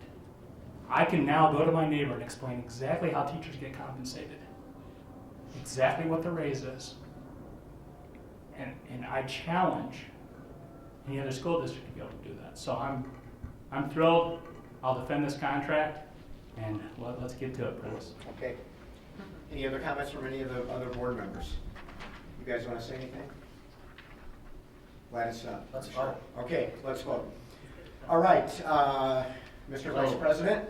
Okay, before I ask for the motion, I too want to just echo the thanks. The administrative team here, the leadership team of the district, the teachers, leadership team at the table, terrific, and especially these three guys for the thankless. I mean, no extra compensation. I mean, they probably doubled their board salary of $0. But all the effort and tremendous amount of hours. It's just so impressive to see what they were able to accomplish. So I wanted to thank everybody. So. Okay, thank you.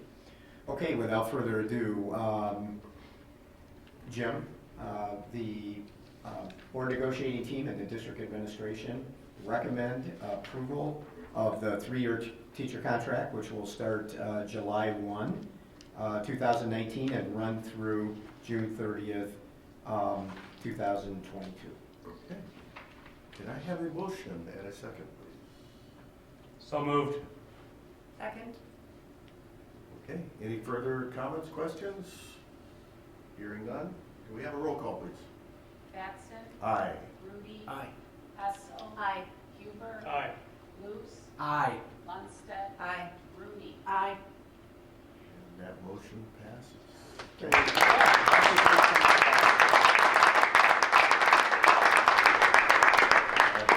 Okay, let's move on. In your packet tonight, you have the proposed 2019-2020 committee and board meeting schedule. We're not asking you to act on that tonight.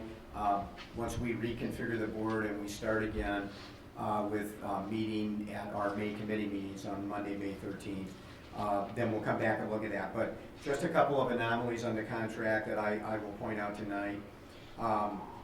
In November, we always have our meetings back-to-back because of the III conference downtown. So our meeting will be on Tuesday, November 12th, because November 11th is your quiz. So it's November 11th? Veterans Day, okay? And we always recognize the veterans on that day. Tuesday, January 28th, we moved to Tuesday that week due to the annual EdRed conference in Chicago. And then EdRed is one of our primary advocacy groups in Springfield. And on May 11th, on 2020, that meeting is at district office due to AP testing. So both the libraries will be set up for advanced placement testing, and we always come over here to the district office. So nothing for you to do tonight. Just put that in front of you once we get done on the board, and we can have some further conversation about that, and we'll make a final recommendation. Okay, LHS pool parking update. Mark, anything, Dan, anything to add tonight?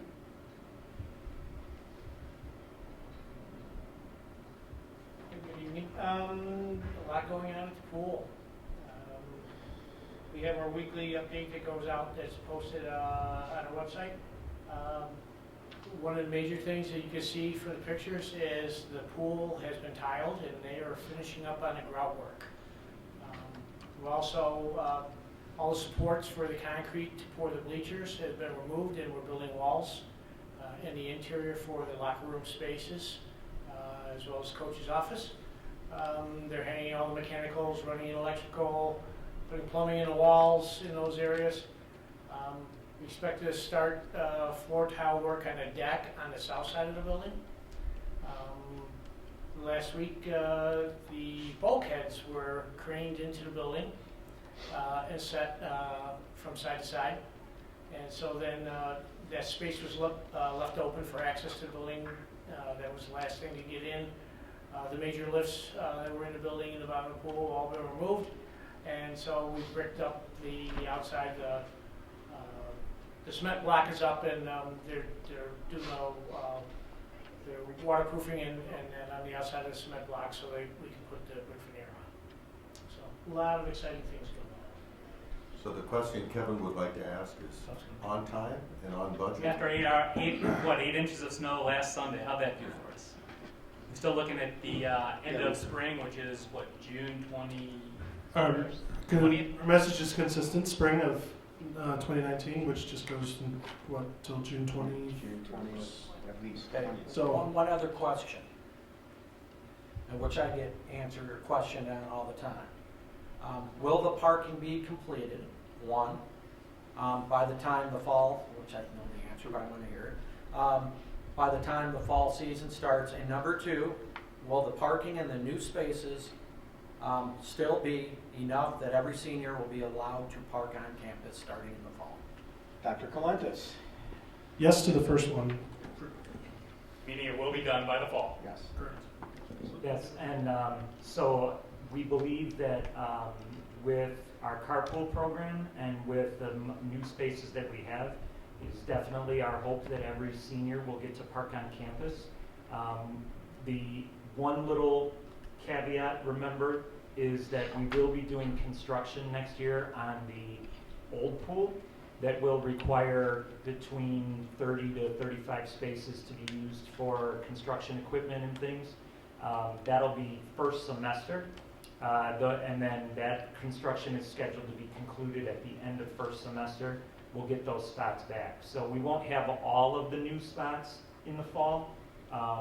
We'll have all of the parking lots done, but we'll have 35 spots kind of held for that construction project that we need to work on the old pool. Right now, we have 168 students signed up for carpooling, which came out to about 85 spots. This current year, we had about the same number. I think we had about 89 spots for carpooling, so we have about the same number of kids carpooling next year, and we have an increase in spots. So we are optimistic and hopeful that all seniors will have a parking spot next year. If there's, which I'm hearing, the slightest chance that maybe something may not pan out, I would just recommend communicating that earlier than later, just to make sure expectations are spent, because I can tell you, the expectation that everyone I talk to now was my senior will be able to park there in the fall. Well, Scott, actually, we talked about this at district leadership team, and so we're ready to communicate that if we have to. We're going to ask you to come back and help. Thank you. Just communicated online. That's certainly our hope and our goal, is to do that. And once we get the 35 spots back, we'll certainly be home free. That's our hope and our goal. Okay. And Go ahead. just one final point on the pool, just so for you scale-wise, we spent 14 million already of the 21.5, and so we've got about 7.5 left to go. So just in terms of scale and spending, but that's all on track as well. And I would encourage the public, the updates that Gilbane gives us every week. If you go on the district website under New Pool, it tells you everything you want to know. Like, here's what happened last week, here's what's going to happen next week, 2 or 3 really nice pictures that you can click on and blow up. So that resource is there, so certainly encourage the public to use that. And then in the very near future, we want to set up another opportunity for the board to be able to just see the progress, because it's going to be pretty, it was pretty amazing when we were in there last time, but it's going to be even more amazing now. So tile is laid, and you know, it's going to be cool because we're getting very close to the end, and I have invited Scott back when we take the tour to kind of take the tour. Did you tell him he has to bring his bathing suit? I did. First jump in the pool. Yeah, that would be a great sight for you all. And then Mary will have to decide whether we can push that out on social media or not, Lisa, so we'll see, okay? All right, so anything else, guys? Okay, and as I mentioned earlier, we received final approval from the Village of Vernon Hills last Tuesday. We are a go. John has been working for almost a year with his team just to navigate the logistics, much as we have with the pool and parking in LHS. Over the course of the next 2 years or so. So we're all ready to go, and there'll be shovels, fence up and shovels in the ground coming at you pretty soon. That'll be really cool. Okay? So thanks again to everybody. Anything else on those? Okay, last thing for me tonight is our monthly FOIA requests. We had 5 FOIA requests. We're required to read those into the record now. The first request was on 2/25/19, was from Jim Taint, an account rep from Flex Landscaping in Wheeling. Information requested, 2018 or the last time it went out to bid results, bid packet, and award of contract for landscape management at Libertyville High School and Vernon Hills High School campuses.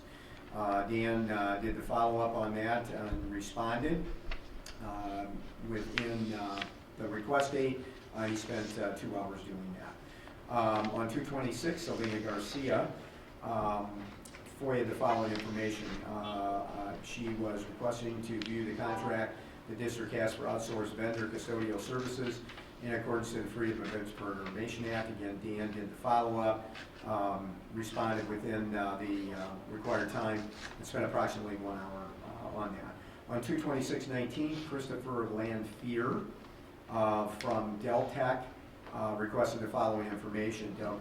Del Tech submitted public records request to District 128, looking for a list of every vendor term annual contract with a future expiration date that has been awarded through the bid/RFP process.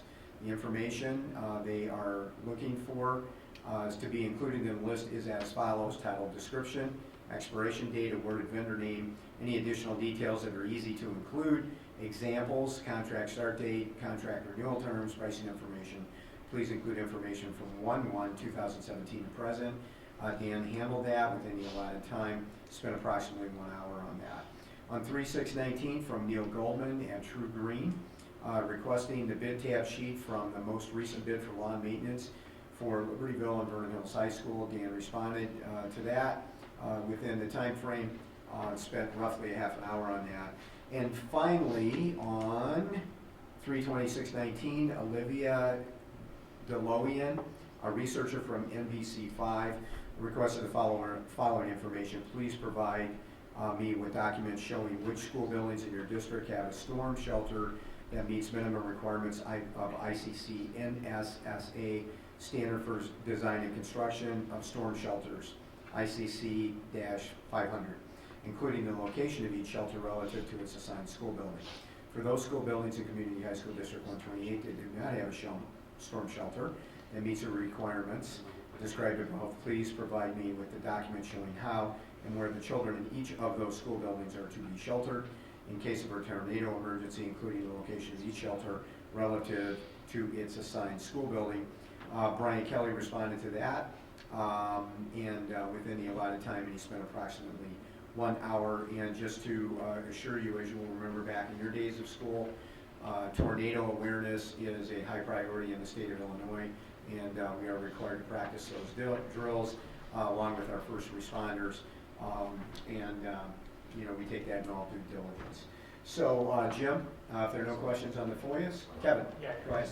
Just one other thing. I did a horrible job because I'm a financial guy, focusing on Dan. at the negotiations, and leaving out just as important people, Bryant, Rita, Tom, John. They spent many nights providing the data as well, so I just, again, I think I argue with Dan the most, so that's why I always bring him up, but I think I argued with Rita a lot this time too. She called me her little brother and kind of told me to be quiet. So. But anyway, thank you all for spending all those nights with us and getting adjusted. Just one more color to this process. Not everything during collective bargaining happens from 5:30 to 10 o'clock at night during those times. The agreement is reached also in committees. And again, the people that Kevin just recognized, Rita and John and Tom and Bryant, and you, Dan, to get together with groups of teachers to work through these things, to get to agreement, whether it's coaches' stipends, performance enhancement, incentives, evaluations, meeting. I learned more about teacher meetings and PLCs and administrator meetings than I ever wanted to know, but these are very passionate topics, and these guys know their stuff along with the teachers and worked very hard to come to agreements. So a lot of that happens not when we're with the entire union and our collective team, but happens during the day and after school, and they've done an outstanding job. Just to add a little, who is the person who's like the one that invented the PLCs? Rick DeFleur. So Rick DeFleur. So a funny part during these negotiations, we got into a rather heated discussion on PLCs, right? And so these guys are going and talking all about the PLCs and what they are and what they're supposed to do. And I found that, well, I'm going right to the source, and I Googled it, and I came up with a whole web page on this guy. And I think I leaned over this guy. They're right. It says right here. Know your stuff. Yeah. So thank you. Learning. These guys really know their stuff. So I mean, that was actually a good moment. That was a nice moment in the whole process. We did have some laughs in our team. No, I'm just curious what was out there. And I'm reading this webpage, and it's like word for word, verbatim, what you guys were saying. I'm going, wow, man, they really know their stuff. And with the other team, so it was good. All I want to know is, what are you guys going to do with all this spare time now? That's a great question. We'll figure it out, right? We'll figure it out. Okay, Jim, that concludes. It's a good problem to have. Yeah, it's a good problem to have. Thank you again, and that concludes the superintendent's Thank report. you, Dr. Lee. We're moving on to item number 3 at 8, almost 8:40. Consent agenda. Much of this has been reviewed over the last committee meetings and over the last month, so do we have a motion? Just have one question. Okay. Sure. If you'd engage me. And that was in the financial reports, I think I saw a $350,000, lots of Chromebooks, is I think what it said. What exactly is that? It just seemed high, but I think we do have a lot of students, and doesn't every freshman get a Chromebook?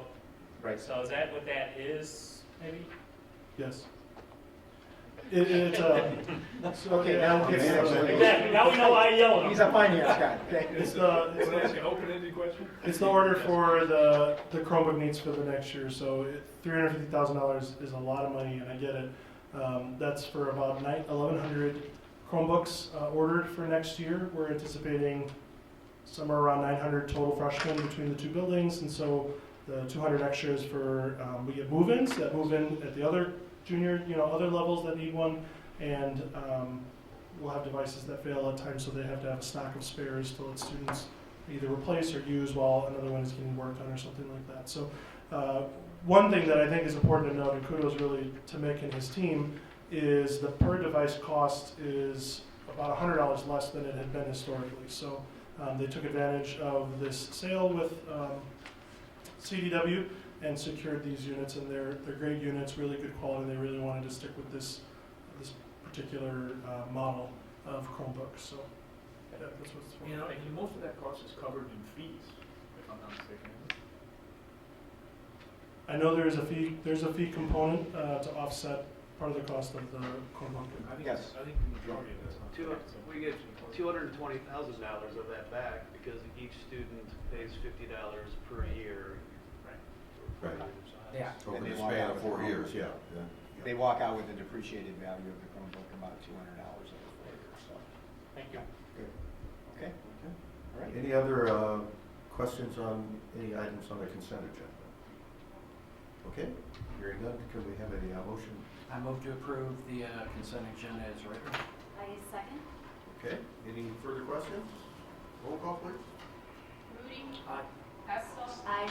Huber. Aye. Luce. Aye. Lundstedt. Aye. Rudy. Aye. Batson. Aye. Motion carries. Moving on, Facilities and Finance Committee, Chairman Luce. Okay, we have 4 items here. We have a change order, 2 bid recommendations, and approval of a copier lease. We did go through this in detail in our committee the other week, but Dan, could you briefly just give a quick summary of what each of these is? The summer HVAC project change order, so that was work that was done at LHS last summer, and there was a number of unforeseen things that happened during the course of that project, and Mark has been working with our architect and the contractor, Asatelli, on negotiating a final settlement on what the change order is. So right now the change order we have there is at $78,115.95 that requires board approval to do that, as we talked about in committee. Okay. But you want me to hit each one or go one at a time? We'll go ahead and vote on it. Sure. So, do we have a motion to approve the change order? So moved. Second. Any questions or further conversation or discussion? Roll call, please. Hessel. Aye. Huber. Aye. Luce. Aye. Lundstedt. Aye. Rudy. Aye. Batson. Aye. Rudy. Aye. Okay, got your change. Okay, second one, bid recommendation for the asbestos abatement at Libertyville. Yeah, we have the abatement project at Libertyville that coincides with next to some of the work that we're doing for the pool renovation, but also regular abatement that we're looking at doing and some surrounding areas to get, I guess, the best bang for our buck. And so, as we talked about in committee, the low bid we have is for HEPA or HEPA at the base bid of $86,050, and we're adding alternate 1, which is the, I don't know what to call it. I don't know how to describe it. $4,900. Can you just describe alternate 1? That is to abate areas down in our work areas for our staff in the lower basement area. So, and alternate also number 2. Alternate number 2 is demolition of wall in room 131, 132, where we're abating the floor and the ceiling. It's a non-asbestos containing wall, but for timing for summer school, we wanted to have the abatement contractor remove that quickly so they can abate and open up the hallways so summer school could start early June. So at this point, we're recommending the board approve, excuse me, the project to HEPA Incorporated or HEPA Incorporated, with the base bid of $86,050, alternate 1 at alternate 1 at $4,900, and then alternate 2 at $1,250. So, We have a motion to approve. I move to approve the bid recommendation for the LHS Summer 2019 asbestos abatement. Second. Any other questions or discussion? Roll call, please. Huber. Aye. Luce. Aye. Lundstedt. Aye. Rudy. Aye. Batson. Aye. Rudy. Aye. Hessel. Aye. Third item, bid recommendation, that passes. Third recommendation is a bid recommendation for fencing work at Libertyville and landscaping work at Libertyville and Vernon Hills. So this we talked about in concept of the committee, but our bid opening was after that, and so to the timeliness of getting the work done, this is the fencing that we had talked about for the west parking lot, and also the landscaping work that's going to be needed both at Vernon Hills and LHS. That was one we talked about combining together and bidding that together to get economies of scale. So in looking at them two separate, so for the fence we had two bidders, and the low bid is that Northern Illinois Fence. And for that bid is amount $47,978, and that was what kind of the range we were expecting for the fencing. The landscaping was the low bid of that was Landworks, and we had a total number of bids of 3 bids for that. Land Works had a low bid of $286,586. Again, that was within the range of what we were anticipating for the landscaping at the both areas as well. So those are good numbers and pair well with the estimates that we were expecting. So at this point, those are the two that we would recommend the board approve. Okay. Do we have a motion to approve the bid for the fencing and landscaping work at both schools? I motion to approve the bid for fencing work and landscaping work at both schools. Second. Second. Any other questions or discussion? Roll call, please. Luce. Aye. Lundstedt. Aye. Rooney. Aye. Batson. Aye. Rudy. Aye. Hessel. Aye. Huber. Aye. Motion passes. And last item on here is approval, and you mentioned that we went through this in committee too, but kind of moving to a different scheme here, and approval of a copier lease. Correct, two machines that are needed replacement. One I call a bigger machine at the district office, and the other one is a smaller, like an office machine. Just context, so the previous cost for those was about $30,000 for those machines over the life of their leases. Our first renewal we got was at $33,000. We wanted to look at a buy option to see if that was cheaper over the long term, and that came in at $26,000. And so we kind of kept talking further with them, and we were happy that we were able to get a final price of a 60-month lease for a total cost of just about $18,000 over the life of that lease. So significantly cheaper than what we had been paying before.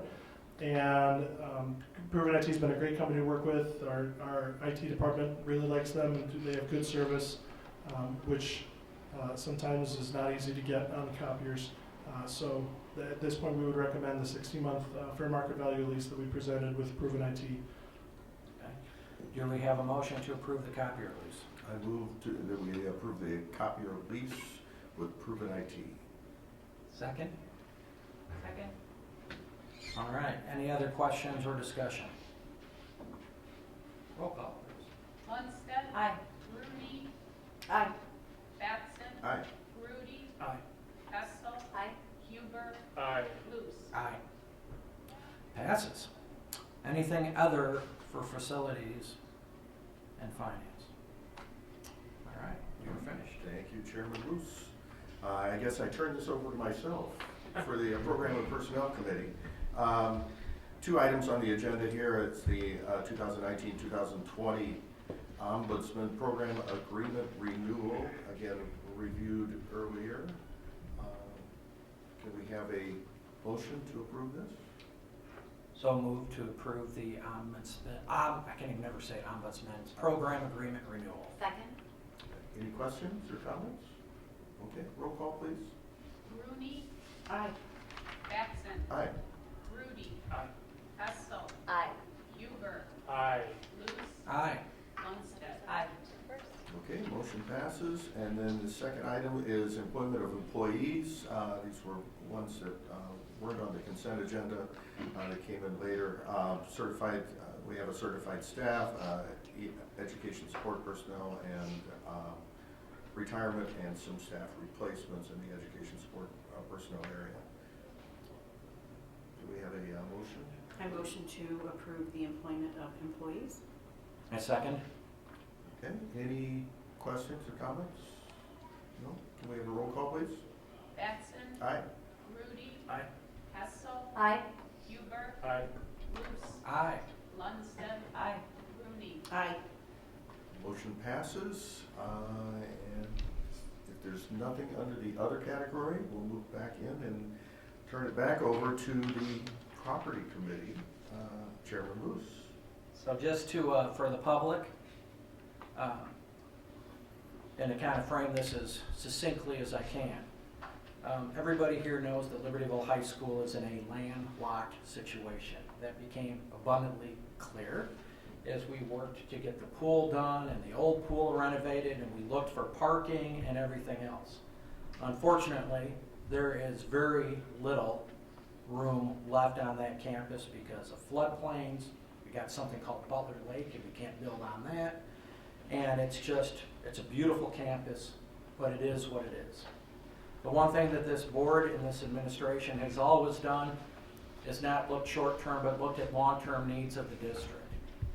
A strategy that was implemented before I came on the board 4 years ago was to look at properties on the south side of 176, basically across from the Libertyville Butler Lake campus.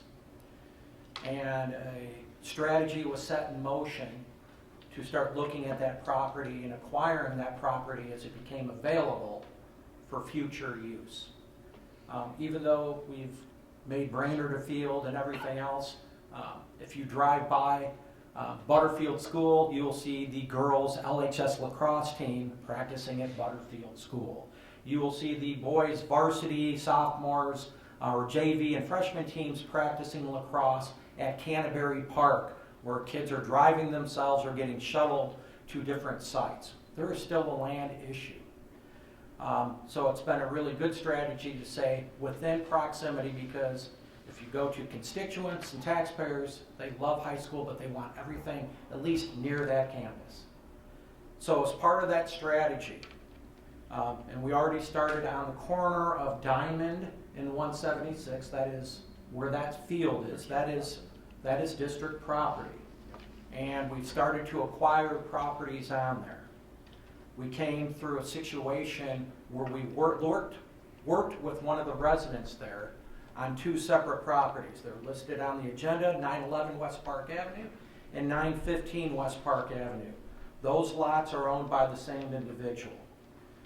We worked with our attorney, Rick Middleman, who's here, to enter into negotiations with that individual with the goal of trying to acquire and see if they would be willing to go ahead through an arrangement and sell those properties to District 128.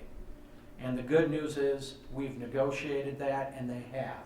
So I will turn it over to Rick to talk briefly about those 2 properties and where we're at with them. Thanks, Scott. As Scott said, we started this string of properties along 176 several years ago with the property that's been developed into the soccer fields, but the district has bought a couple of other properties along the way. These are all west of the apartment on the corner of Dawes and 176 going. The idea is to buy all the properties up to Diamond.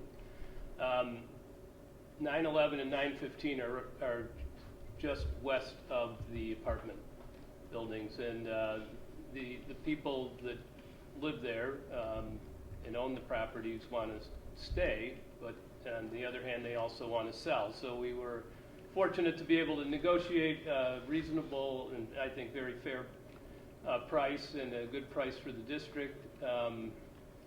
We had an appraisal done a while ago, and if you look at the assessed valuations, these are fair prices. The owners will be able to stay in the property for 3 years. The 911 property, for tax reasons, there's a difference in the valuation that we placed on them is $200,000. For the 915, it's $260,000. We still have some due diligence work to do and get a survey, do some soil borings, but we should close by the end of June. At that point, the district will control those properties, and the owners, as I said, will be allowed to remain on the property under a use and occupancy agreement for 3 years, at which point they will vacate.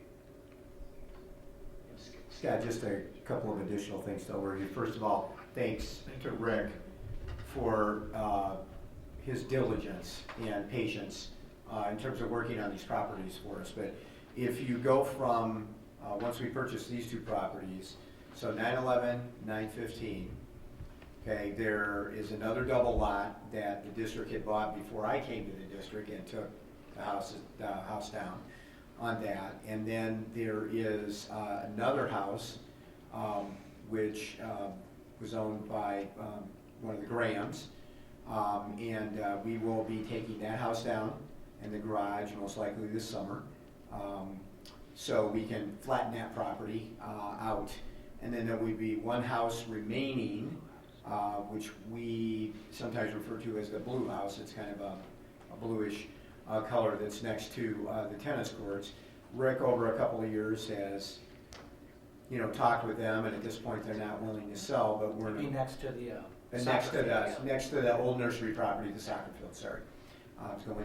Started to go back the other way there for a minute. So that house will remain there, and Rick's made some overtures on behalf of the board over the last few years, and periodically we will continue to do that, just to see if there's any change in thinking over there. And as the board knows, really going back to the time that Bryant was still the athletic director at Libertyville and the Libertyville team, we've done a lot of advanced thinking about what could be over there. And there are some options of what we could do if we got that green space over there moving forward. So it just takes the district 2 more big steps towards arguably the only property that's ever going to be available around Libertyville High School, probably in our lifetimes here. And so we appreciate the board's support, Rick's work on that, and our diligence in continuing to kind of work on that as those properties come up, knowing that we're buying those for future development. Okay, so with that said, Scott? So I'd like, we'll vote on these, I guess they're listed separately. Yes.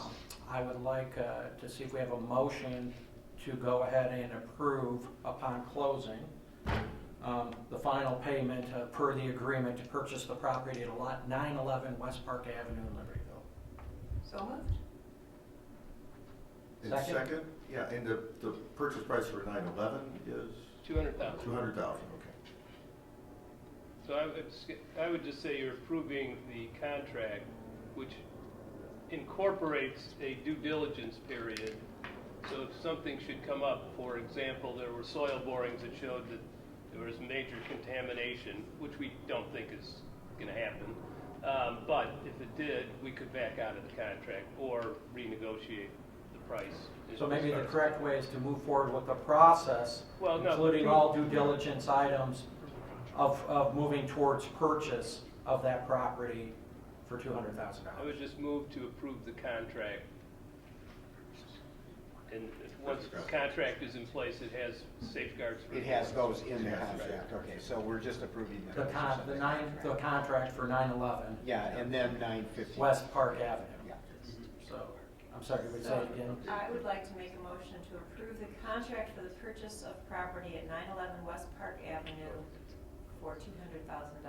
Perfect. Second. Any other questions or discussion? Roll call, please.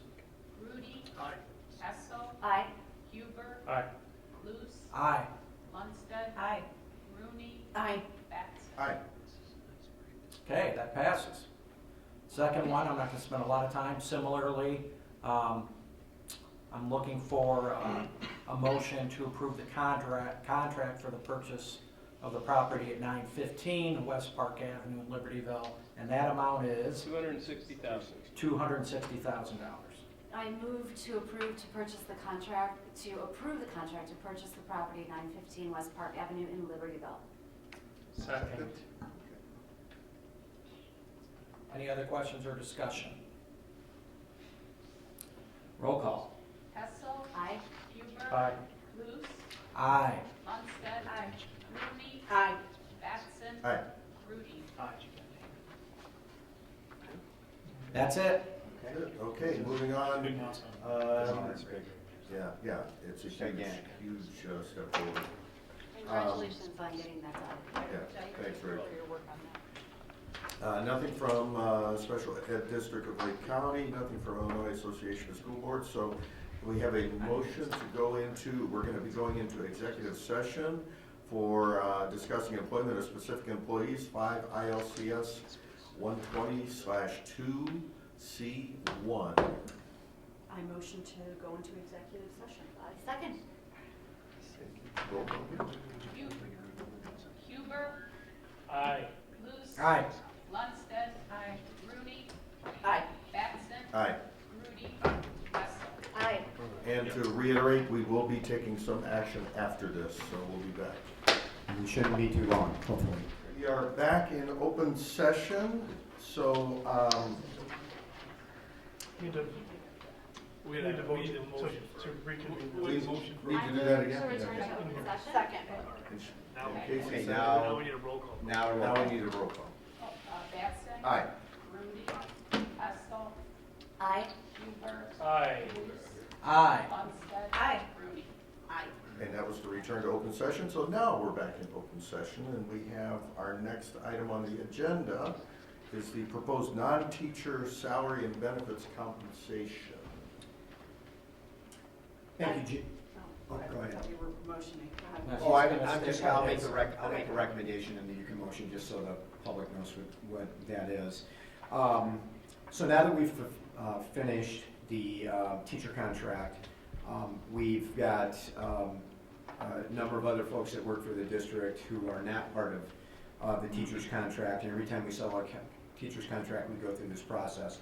So we have made a recommendation to the board on ESP and other employee and non-teacher salaries and benefits moving forward. And just as a quick review for the public, we are recommending a salary increase for non-teacher employees in the district at 3.8% for the next 3 years. That 3.8% is essentially the average of the next 3 years of the salaries in the teacher contract.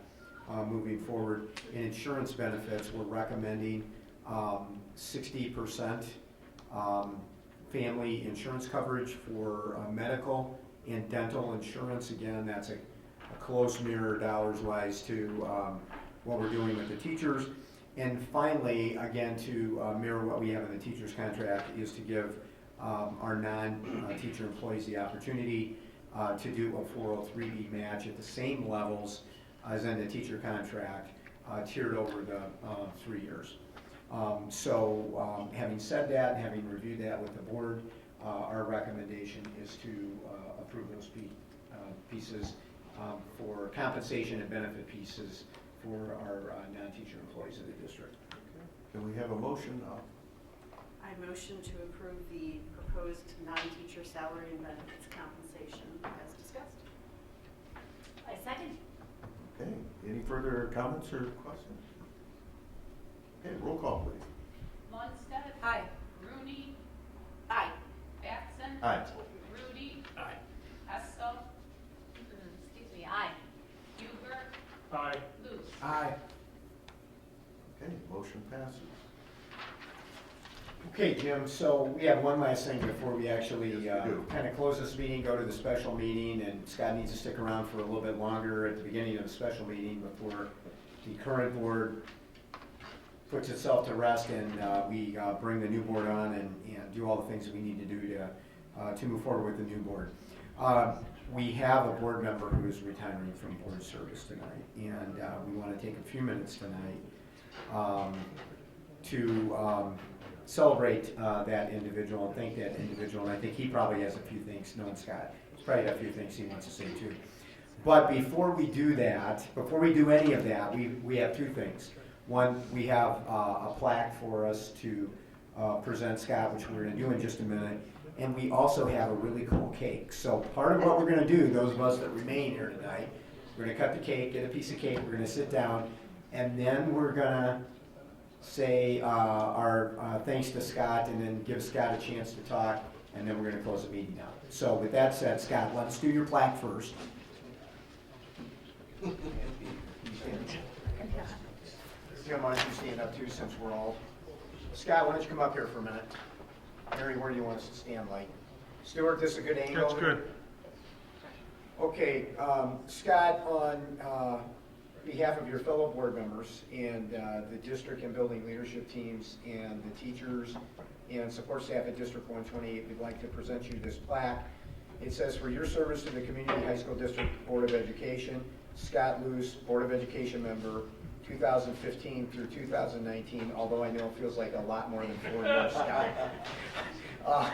By word and deed, your presence has enriched the lives of students and served as an example to all, and truer words cannot be said about you, my friend. So thank you. Scott Luce receives a plaque from Dr. Lee and stands for a picture with President Grude, Vice President Batson, and Superintendent Lee. All right, let's get the cake out, and we get a piece of cake, and then we can talk about Scott. Scott, you have a record that's probably can't Our board compadre. on the work that he's done in the district. So we're just gonna open it up to anybody at the table, and then we can go around, and then we'll let Scott finish up, and then we'll close this meeting. Before that, I appreciate that. Before that happens, I don't need a roast. And I don't need, I appreciate. So I'm just saying, don't need to go around and everybody feel compelled to say something. Okay, since I have this, I'm going to start. And I'll be very brief. I so much appreciate Scott, his work on the board. There isn't anyone that works harder and cares more about the district and the students than this man here. He's been just stepped up and jumped into any role, anything, any work that has been asked of him. It's been my honor and pleasure to be able to work with you on this board. Thank you. Thank you, Jim. And Scott, I have so enjoyed serving on the board with you, and you just bring a spark to this place, and you're always eager to jump in with what you're thinking and be honest, and I really appreciate that. I think that brings it out in all of us, and so I appreciate that. I also have really enjoyed working with you on the foundation. You guys haven't had the pleasure of being able to see all the work that he's done on behalf of the foundation, bringing in new members, and really diligently just trying to get people to join, and from all different walks of life and different communities, and so I certainly appreciate how when you join something, you do it with everything you got, and I just really enjoyed working with you, and we will miss you.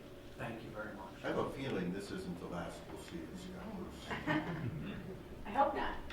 I've known Scott for a long time, and in more than just the board capacity. He's a very good friend and an inspiration. He's one of the reasons I became interested in this and started showing up to the meetings. So I'm going to miss you, but I know I'll still see you. Oh, you'll see me.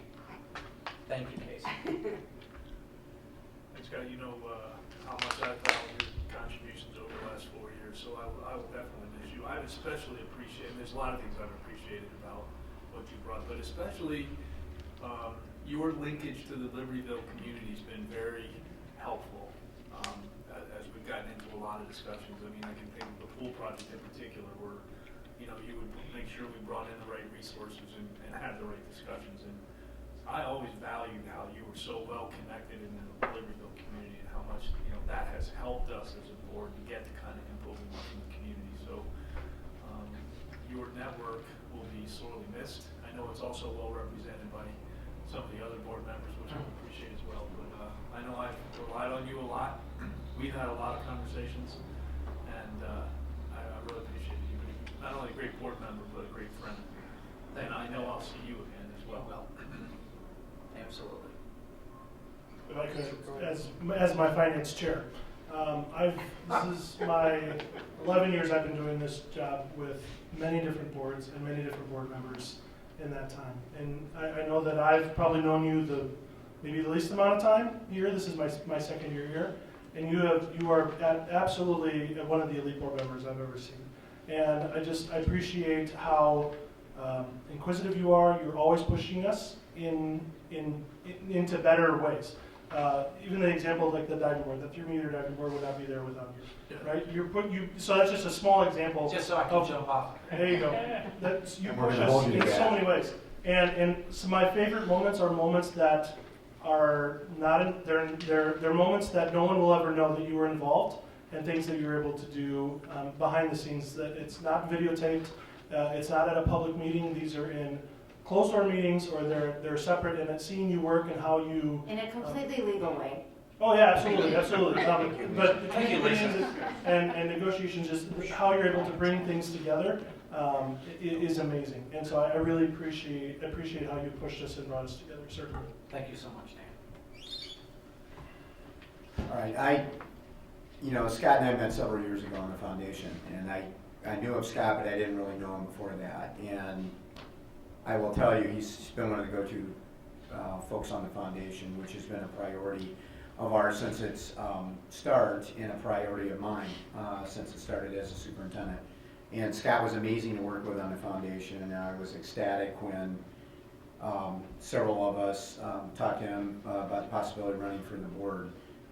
And his 4 years as a board member has probably been I mean, seriously, kind of like dog years.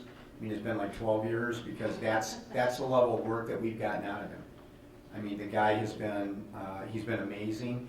And as I always tell the board, when you look at all the success we've had in this district over the last 10 or 15 years, we would have not have achieved at the full level that we have without a great Board of Education. And you know what a great Board of Education is made up of?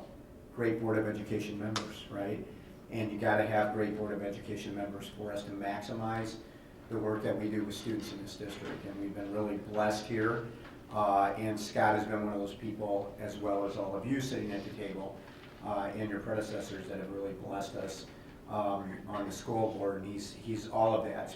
You know, problem solver, you know, great community connections, just great working through, as demonstrated by negotiations again. You know, very, very complex, multi-level problems, and you know, he's been invaluable in the school district. And Scott, I've appreciated you on very, very deep levels in what you brought to the board and the time that you've committed to the board. And I really mean that. That 4 years, you've probably given us 12 years of time in 4 years, and it's incredible. So thank you again, and it's you've done a great job on behalf of the school district. You're going to speak? He waited to be last. So little known fact. So a fat, curly-haired 6th grader moved in to Libertyville a long time ago. And the first person he met was a wonderful teacher named Miss Luce. And so I knew the loose blood was good.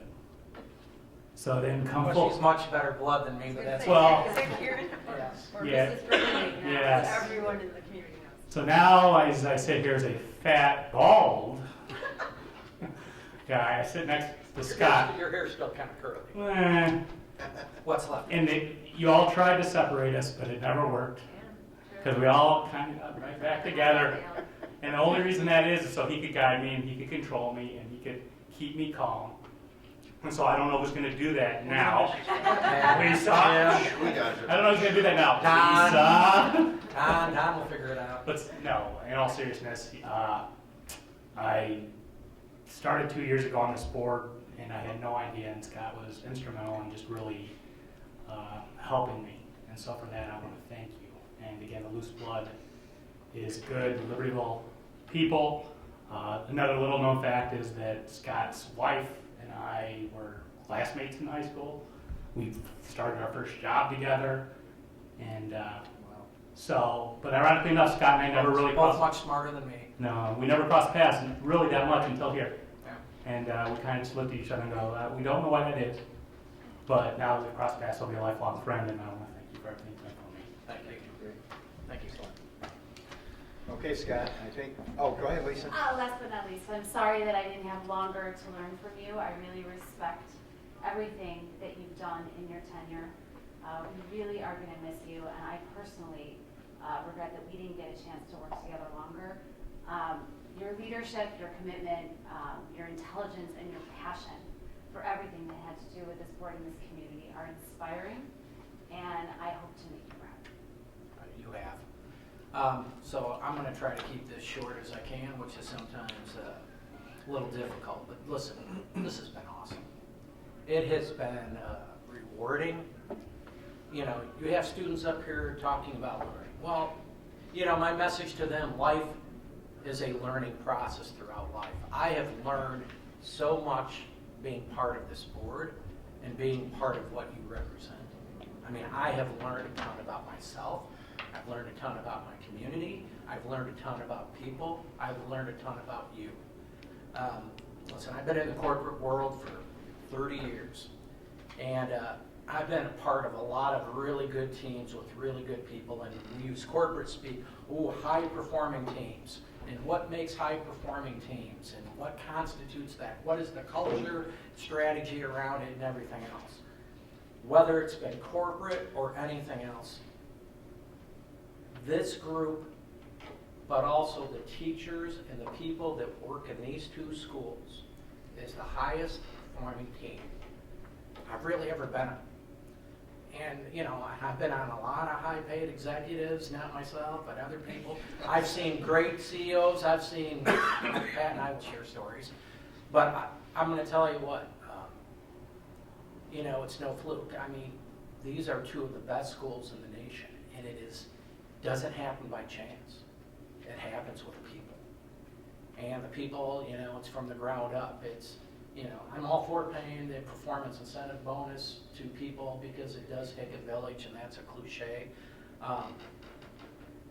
But the people that run this organization, including the board, the administrators, the teachers, the assistants, the coaches, you know, the security people, the janitors, the cleaning people, you know, they make truly institutions that provide for our kids that are second to none.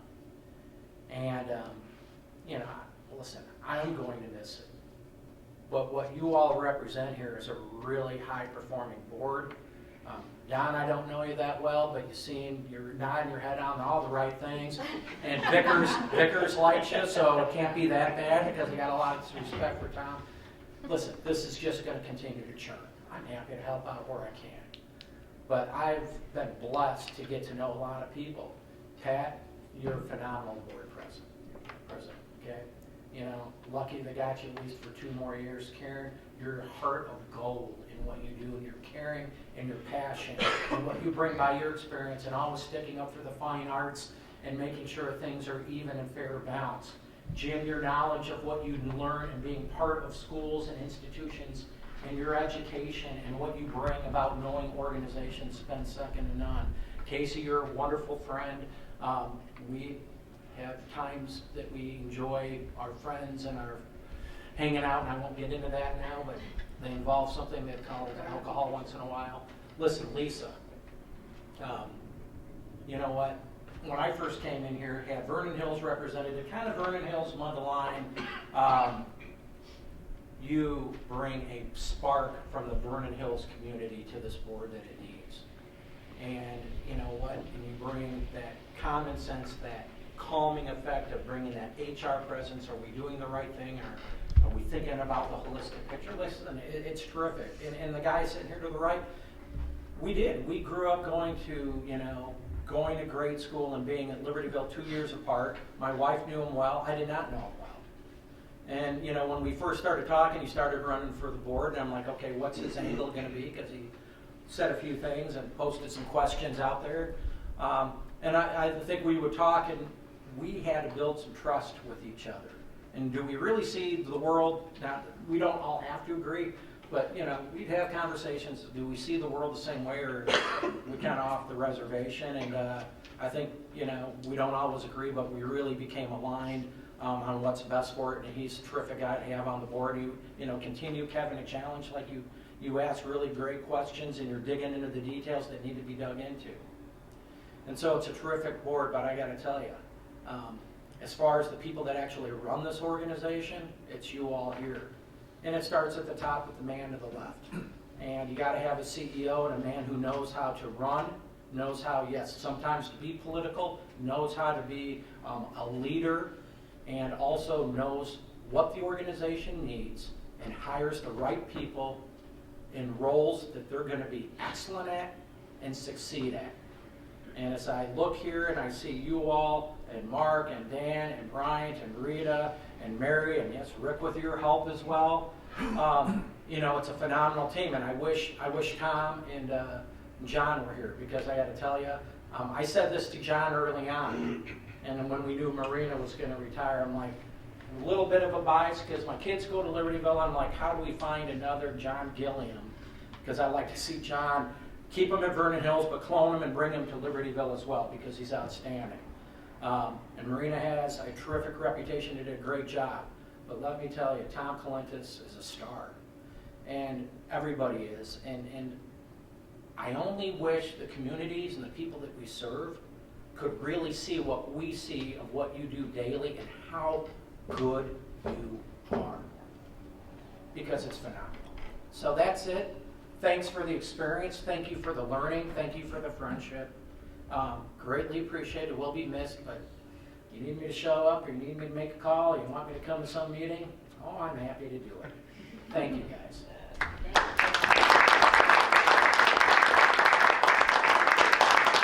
So we go home here with a swimsuit and the first guy in the new pool, okay, so. All right, Jim, I think that concludes this meeting. Okay, so, let's, have a motion for adjournment of the regular scheduled board meeting. I motion to adjourn the regularly scheduled board meeting. Second? Okay, we need a roll call, or just, all in favor? Aye? Aye. Okay. Okay, so now we move into Come on over. special board meeting, special Board of Education meeting to accept the canvass of votes and reorganize the vote board. No, you gotta hang around for Do I have to vote for the thing? Yeah, you gotta hang around. We haven't gone, yeah, we haven't gone Sine Die or whatever the Latin is. Should have asked the Latin people what that means. It's in the Okay. supplement. All right, Don, why don't we just have you sit by Casey there for a minute, and then when Scott is done, you can move. By the way, we don't have assigned seats here, so we just kind of sit wherever. It's wherever they put our name tags. We say we don't, we do. You guys do. We Just lay it out in front and then we'll get it. Welcome to the table, sir. Scott, there's one more that tries to see. Yeah. Okay, so we will Mr. call Bassett. to order the special Board of Education meeting to accept the canvass of votes and reorganize the school board for Monday, April 22nd, 2019. It is now 9:48, 47, something like that. So we call to order. You don't need to do the pledge again. We don't need to do that. I think that's good. Could we have a roll call, please? Okay, Jim Maxon. Here. Pat Grudy. Here. Lisa Hessel. Here. Kevin Huber. Here. Scott Luce. Here. Karen Lundstedt. Here. Casey Rooney. Here. And newly elected board member Don Carmichael. Here. Okay, everybody's here. Review the agenda. We're going to open for public comment once again. We're going to accept the Lake County Clerk's canvass of votes. We're going to appoint a president pro tem and secretary pro tem for the reorganization part of this board meeting. Any comments from the board members, administration? We'll adjourn, however you say this, who's the Latin? We needed our Latin student here. Sine Die, close enough. Something like that. We'll go through this effort again to review the agenda. We'll administer the oath of office. We'll do board officer appointments for president, vice president, secretary without pay. Designate the regular meeting times and places for the board meetings. Designate the office as secretary of the board. Authorize a old signature file. We'll do a board committee appointments as needed. Appoint the superintendent to represent 128 at the tech campus, and appoint the school treasurer. So let's move back. Anyone in the members of the audience wishing to address the board? Well, no? Okay. Moving on, we have a canvass of the votes. Okay, so a call for a motion to accept the canvass of votes conducted by the Lake County Clerk Robin M. O'Connor from the nonpartisan school board election of April 2nd, 2019. So moved. Second. Now Karen should read that. Karen will read the canvas from the county clerk. Yeah. For an unexpired term of 2 years, Don Carmichael, 3,082 votes received. For full terms of 4 years, listed in order of highest to lowest votes received. Lisa Hessel, 2,545 votes received. Casey Rooney, 2,195 votes received. James Batson, 2,076 votes received. Okay, you'll know that Don by far got so many votes. Okay, ask for a second then to approve this? We had a second already, yeah, that's right, okay. All right, so can we have a roll call? Batson. Aye. Hessel. Aye. Huber. Aye. Luce. Aye. Lundstedt. Aye. Rooney. Aye. Rudy, sorry. Rooney and Grudy, sorry, Rooney. Aye. Rudy. Aye. Okay, motion carries, and I proclaim Don Carmichael elected to serve a 2-year term. Lisa Hessel, Casey Rooney, and myself are elected to 4-year terms. Hallelujah. What's next here? Acceptance, appointment of, okay, so now we appoint a president pro tem and secretary pro tem. Just for the So- board reorganization. Yeah, just for this part, so Karen, would you care to be the president pro tem for this part of the meeting? Yes. Okay. We need a secretary pro tem. Casey, she's raising her hand, so Sure. yeah, okay. We don't, Yes, you have to vote. we have the, well, okay, so, can we have a motion and a second to approve Karen as president pro tem and Casey as secretary? So moved. Second. Okay, roll call, please. Hessel. Aye. Huber. Aye. Luce. Aye. Lundstedt. Aye. Rooney. Aye. Batson. Aye. Rudy. Aye. Turn it over to Okay, Karen. so, are there any, Yeah, number 5. You're right. any comments from board members or administration at this time? All right. Then I would like a motion to adjourn the retiring board, Sine Die. So moved? Second. All in favor? Roll call, please. Huber. Aye. Luce. Aye. Lundstedt. Aye. Rooney. Aye. Batson. Aye. Rudy. Aye. Hessel. Aye. Thank you, Scott. Thanks, Scott. Thanks, Scott. Take your cake. Yeah, don't forget your cake, please. Take your cake. Sean will be looking for that. Got it, there's not that much. Okay, so now we call to order the special. Thank you for taking all my phone calls and text messages and Yeah, the special. Special reorganizational board meeting, call to order. Correct. We have a roll call. Aye. Sorry. I'm sorry, Kara. We want him to have his cake and eat it too. Eat his cake and take it too.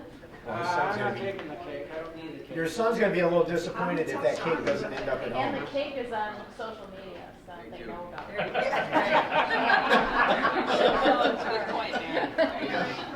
Yes, roll call please. Cake. Jim Batson. Here. Don Carmichael. Here. Cat Rudy. Here, oh, I'm sorry, Lisa Hessel. Here. Kevin Huber. Here. Aaron Lundstedt. Here. Casey Rooney. Here. That's everyone. All right. In this meeting, we will be having time for public comment. We'll accept the Lake County Clerk canvas of votes. Nope. Oh, we're Out doing of that? it. Sorry, 8, start with Sorry. 7. Oh, sorry. All right. Pardon me. So it's time to administer the oath of office to the newly elected board members.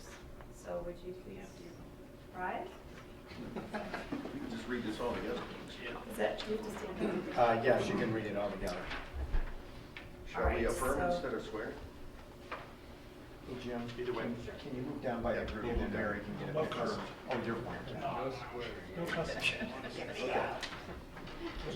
Ready? Okay, ready to go.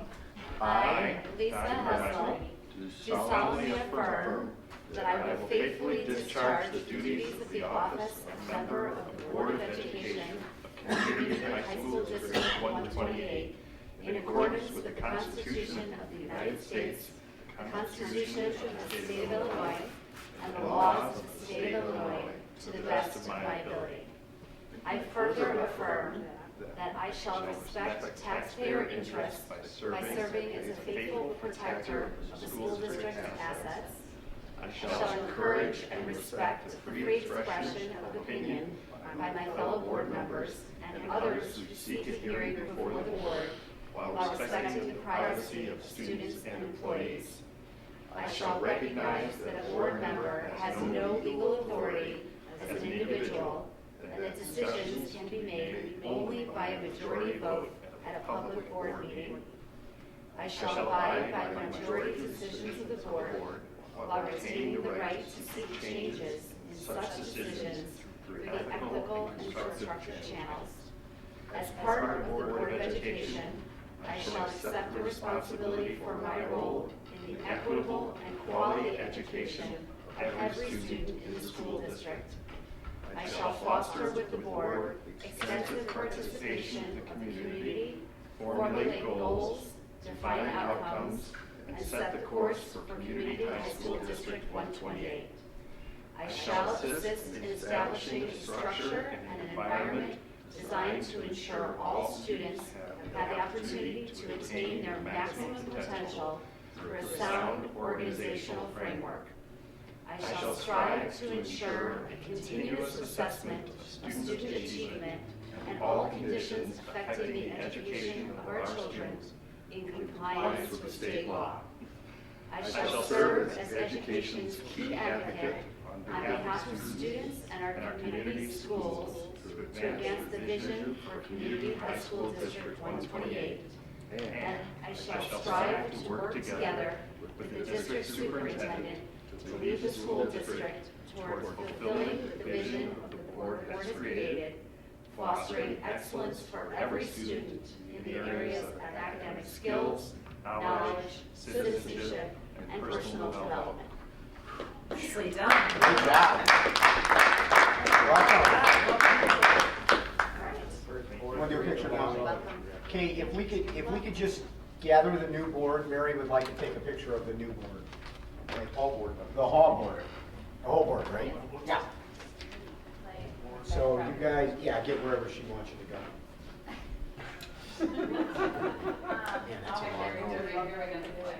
The school board members pose for a picture.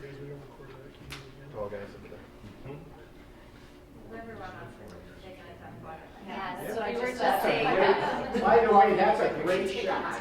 That is a great shot. Chair. Oh, sorry. Yeah. That's a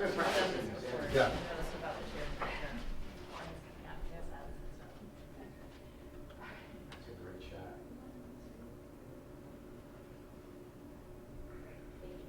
Cool. I know, yeah. Don, welcome aboard.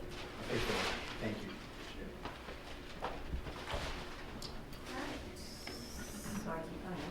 Okay, the next item on the agenda is to discuss board officer appointments. So we are going to be appointing president, vice president, and secretary. Any discussion about that? Just make a nomination. We open up to everything that was addressed in his comments, and I don't want anybody to think this is a ritual. Right. I don't feel that way whatsoever. I'm hopeful. Respect and admire the experience you both bring, and I feel like I have a lot to learn, and you're great teachers. Right, because I think we're all open to whatever we want to do. Are you both interested in continuing in your positions? Are all three of you interested in continuing your positions? Sure. If that's the case, I'm just going to jump in and nominate Pat Grudy for president. Second.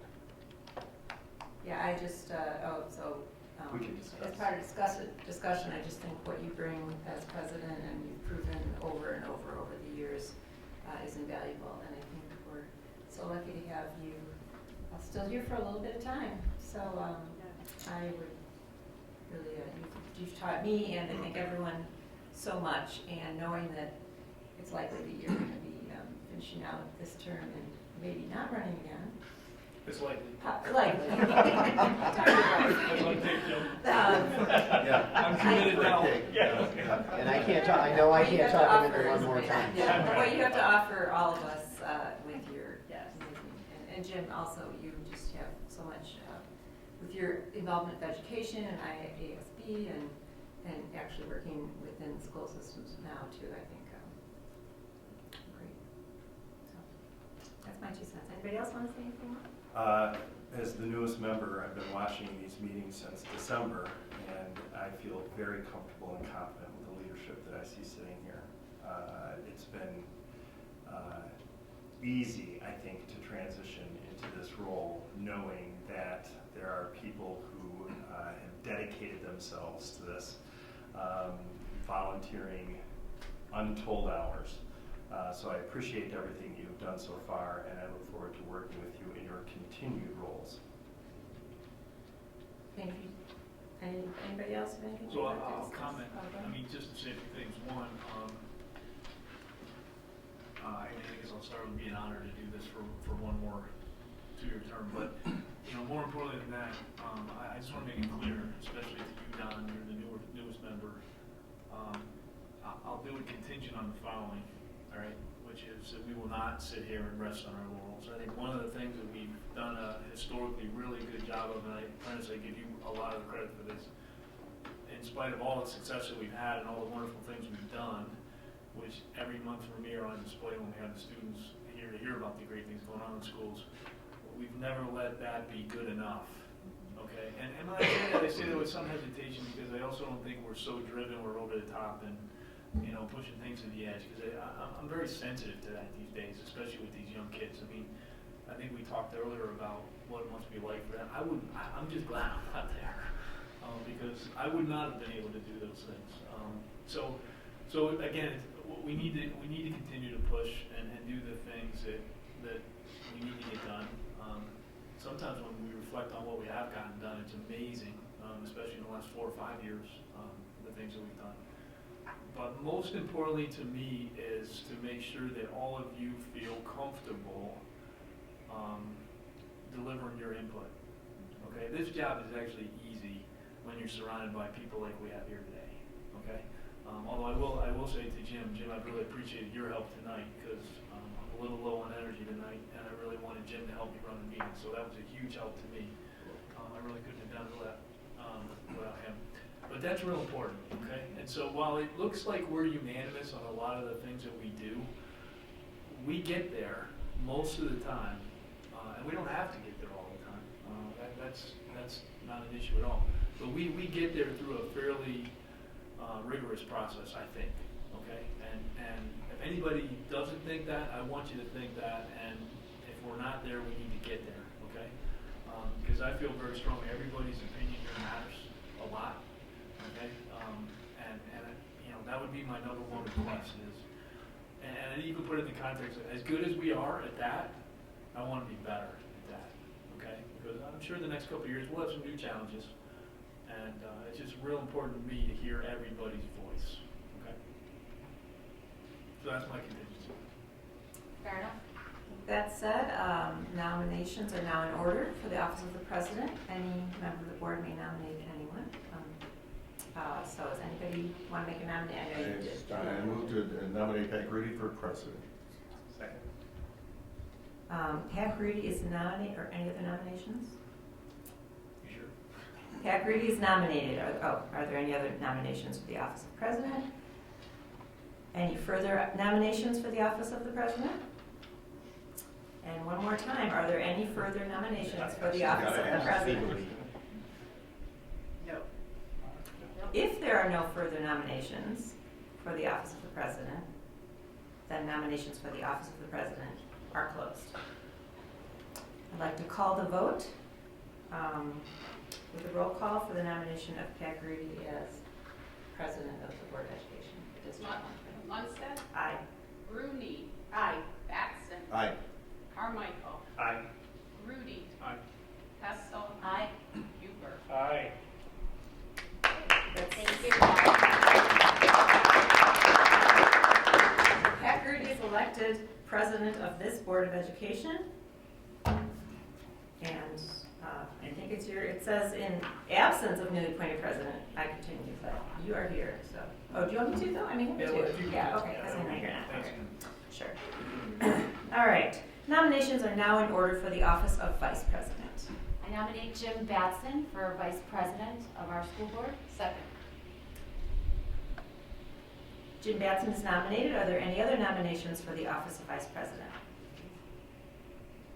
Are there any further nominations for the office of Vice President? Again, are there any further nominations for the office of Vice President?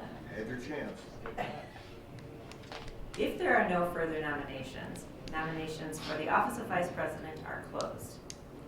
May we have a roll call, please, on the nomination of Jim Batson? Rooney. Aye. Batson. I guess I should say aye. Carmichael. Aye. Rudy. Hessel. Aye. Huber. Aye. Munstead. Aye. And now it says the newly elected Vice President presides from this point on. Okay. Do you have this?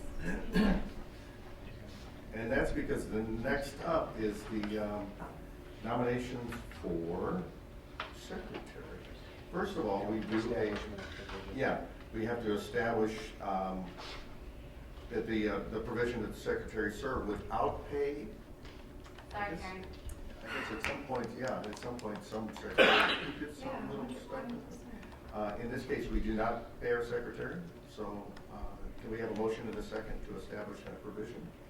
I motion to nominate Karen Munstead, of course. What do you guys do? Yeah, do the provision A first. provision for serving without pay. Oh, okay, sorry about that, Karen. We'll pay you in love and affection, though. Got that on tape, right, Stuart? Yeah. Okay, all right. I motion to approve the establishment of the provision that the secretary serve without pay. Second. Okay, any comments, questions? Roll call, please. Batson. Aye. Carmichael. Aye. Rudy. Aye. Hessel. Aye. Huber. Aye. Munstead. Aye. Rooney. Aye. Okay, nominations are now in order for the office of secretary. So any board member wishing to nominate somebody? I'd like to nominate Karen Lundstedt for secretary of the board. Second. Okay, hearing that nomination, are there any further nominations for the office of secretary? Any further nominations for the office of secretary? Last but not least, are there any further nominations for the office of secretary? Okay, if there are no further nominations, nominations for the office of secretary are closed. And may we have a roll call vote, please? Carmichael. Aye. Rudy. Hessel. Aye. Huber. Aye. Munstead. Aye. Rooney. Aye. Batson. Aye. Okay, motion carries. And we're stuck at the head table for the next 2 years. Well, let's have to do a congratulations for you and Karen.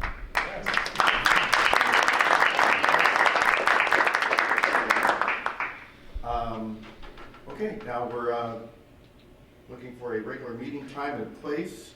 I call for a motion to designate regular meeting time and place as the second Monday of every month at Libertyville High School for the Facilities and Finance Committee meetings and Program and Personnel Committee meetings as currently scheduled, and the fourth Monday of every month at Vernon Hills High School for regular board meetings, unless otherwise noted on a committee and board meeting schedule. So moved. Second. Okay, any comments or questions? Okay, roll call, please. Rudy. Aye. Hessel. Aye. Huber. Aye. Munstead. Aye. Rooney. Aye. Batson. Aye. Carmichael. Aye. Okay, and then we need a motion to designate the office of the board secretary as Administration Center, 50 Lakeview Parkway, Suite 101, Vernon Hills, Illinois, 60061, Monday through Friday, 7:30 to 4 p.m. So moved. Second. Okay, any comments or questions? Roll call, please. Huber. Aye. Munstead. Aye. Rooney. Aye. Batson. Aye. Carmichael. Aye. Rudy. Aye. Hessel. Aye. Okay, and I need a motion to authorize the administration to use the old signature font and facsimile. Just know. We don't have to change it. Oh, Oh, you're right. Yeah, No, it's okay. the same people that. No, it's the same people, so we don't have to change that, so we don't have to vote on that, so we're all good. Okay, thank you for catching that. We need ask board members to designate a committee of their choice for consideration. Committee appointments will be announced by the president at the May 18th regular board meeting. So that will be current committees are Facilities and Finance, Program and Personnel, Property and Negotiations Committees. So it's actually 4 committees there. And then there's a few other representation, those kind of things. So we can, we can maybe discuss some of that in committee next month and then approve those finally at the May board meeting. Okay? Anybody has any preferences, just send me an email. Yeah. And we will, at minimum, need another chair for the facilities and finance. So you can have.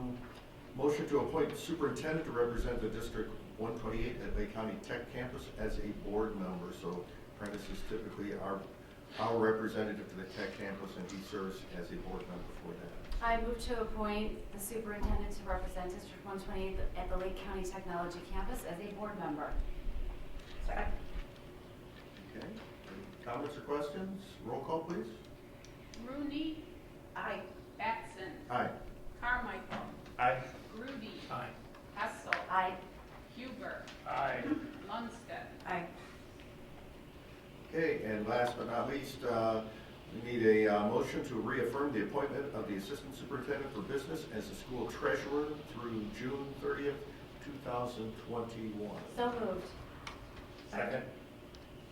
Any comments or questions? Roll call, please. Batson. Aye. Carmichael. Aye. Rudy. Hessel. Aye. Huber. Aye. Lundstedt. Aye. Rooney. Aye. Okay, motion passes. Nope. No, you don't get a vote. You No. don't get an out We're either. off right You now. serve without pay, my friend. Enjoy it. That's the theme of this agenda. Anything under other category? If nothing else, Say one thing. Okay. Don, welcome again. yes, welcome. To the board. We're looking forward to you bringing all of your experiences and your insight to the board. We're all district leadership team and the building leadership teams. Looking forward to working with you as well. And to the whole board, we'll continue to work together to build on the excellence of this district, because that's what we're all about. And that's what we do. And you're only going to help us do that even better. So thank you. Okay. We have a motion for adjournment. So moved. Second. All in favor? Aye. Thank you. All right.